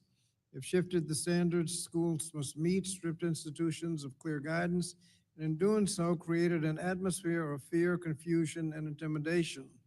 If the administration was truly concerned with civil rights enforcement, they wouldn't have gutted the Office of Civil Rights, the very agency charged with investigating discrimination on campuses across the country. You can't claim to be a champion for civil rights while disarming the body meant to enforce them. Now, we need to be honest about what's happening. The Trump administration is destabilizing higher education itself, eroding trust, silencing dissent, and undermining universities' ability to promote diversity and critical inquiry, while at the same time sabotaging the Office of Civil Rights. Who suffers most from this strategy? It's the students, Jewish and non-Jewish, marginalized and unrepresented. They're the ones who will be, they're the ones left vulnerable and voiceless. Now, this should not be a partisan debate. It should be about ensuring that our schools are safe, inclusive, and intellectually vibrant. If we're serious about fighting anti-Semitism and all forms of hate, then we must be equally serious about defending institutions that educate the next generation and serious about increasing funding for the Office of Civil Rights at the Department of Education. Thank you, Mr. Chairman. I yield back. I thank the gentleman, and I thank the panel for being here today. It's been a long hearing, but I think it's an important hearing. I will stand by the contention that these hearings must continue. We need to continue to highlight bad actors in our higher education institutions. That's the reason we have an Education and Workforce Committee to deal with education. The philosophy of this administration, as well as mine, is that our responsibility at the federal level is to make sure that the local schools, K-12, are primarily manned, encouraged, directed, guided by, and cared for by the state and locals. But our institutions, especially those that receive federal dollars, we have an oversight responsibility. And in this light, with anti-Semitism that's going on, all under the hands, most egregious in most recent history, took place with OCR. Mr. Nomenchuk, I'm glad that you're here. I appreciated your responses. But I must state that some of the most egregious events occurred, encampments, violence, destruction of property, fear production in Jewish students' lives took place while OCR was allegedly at full strength.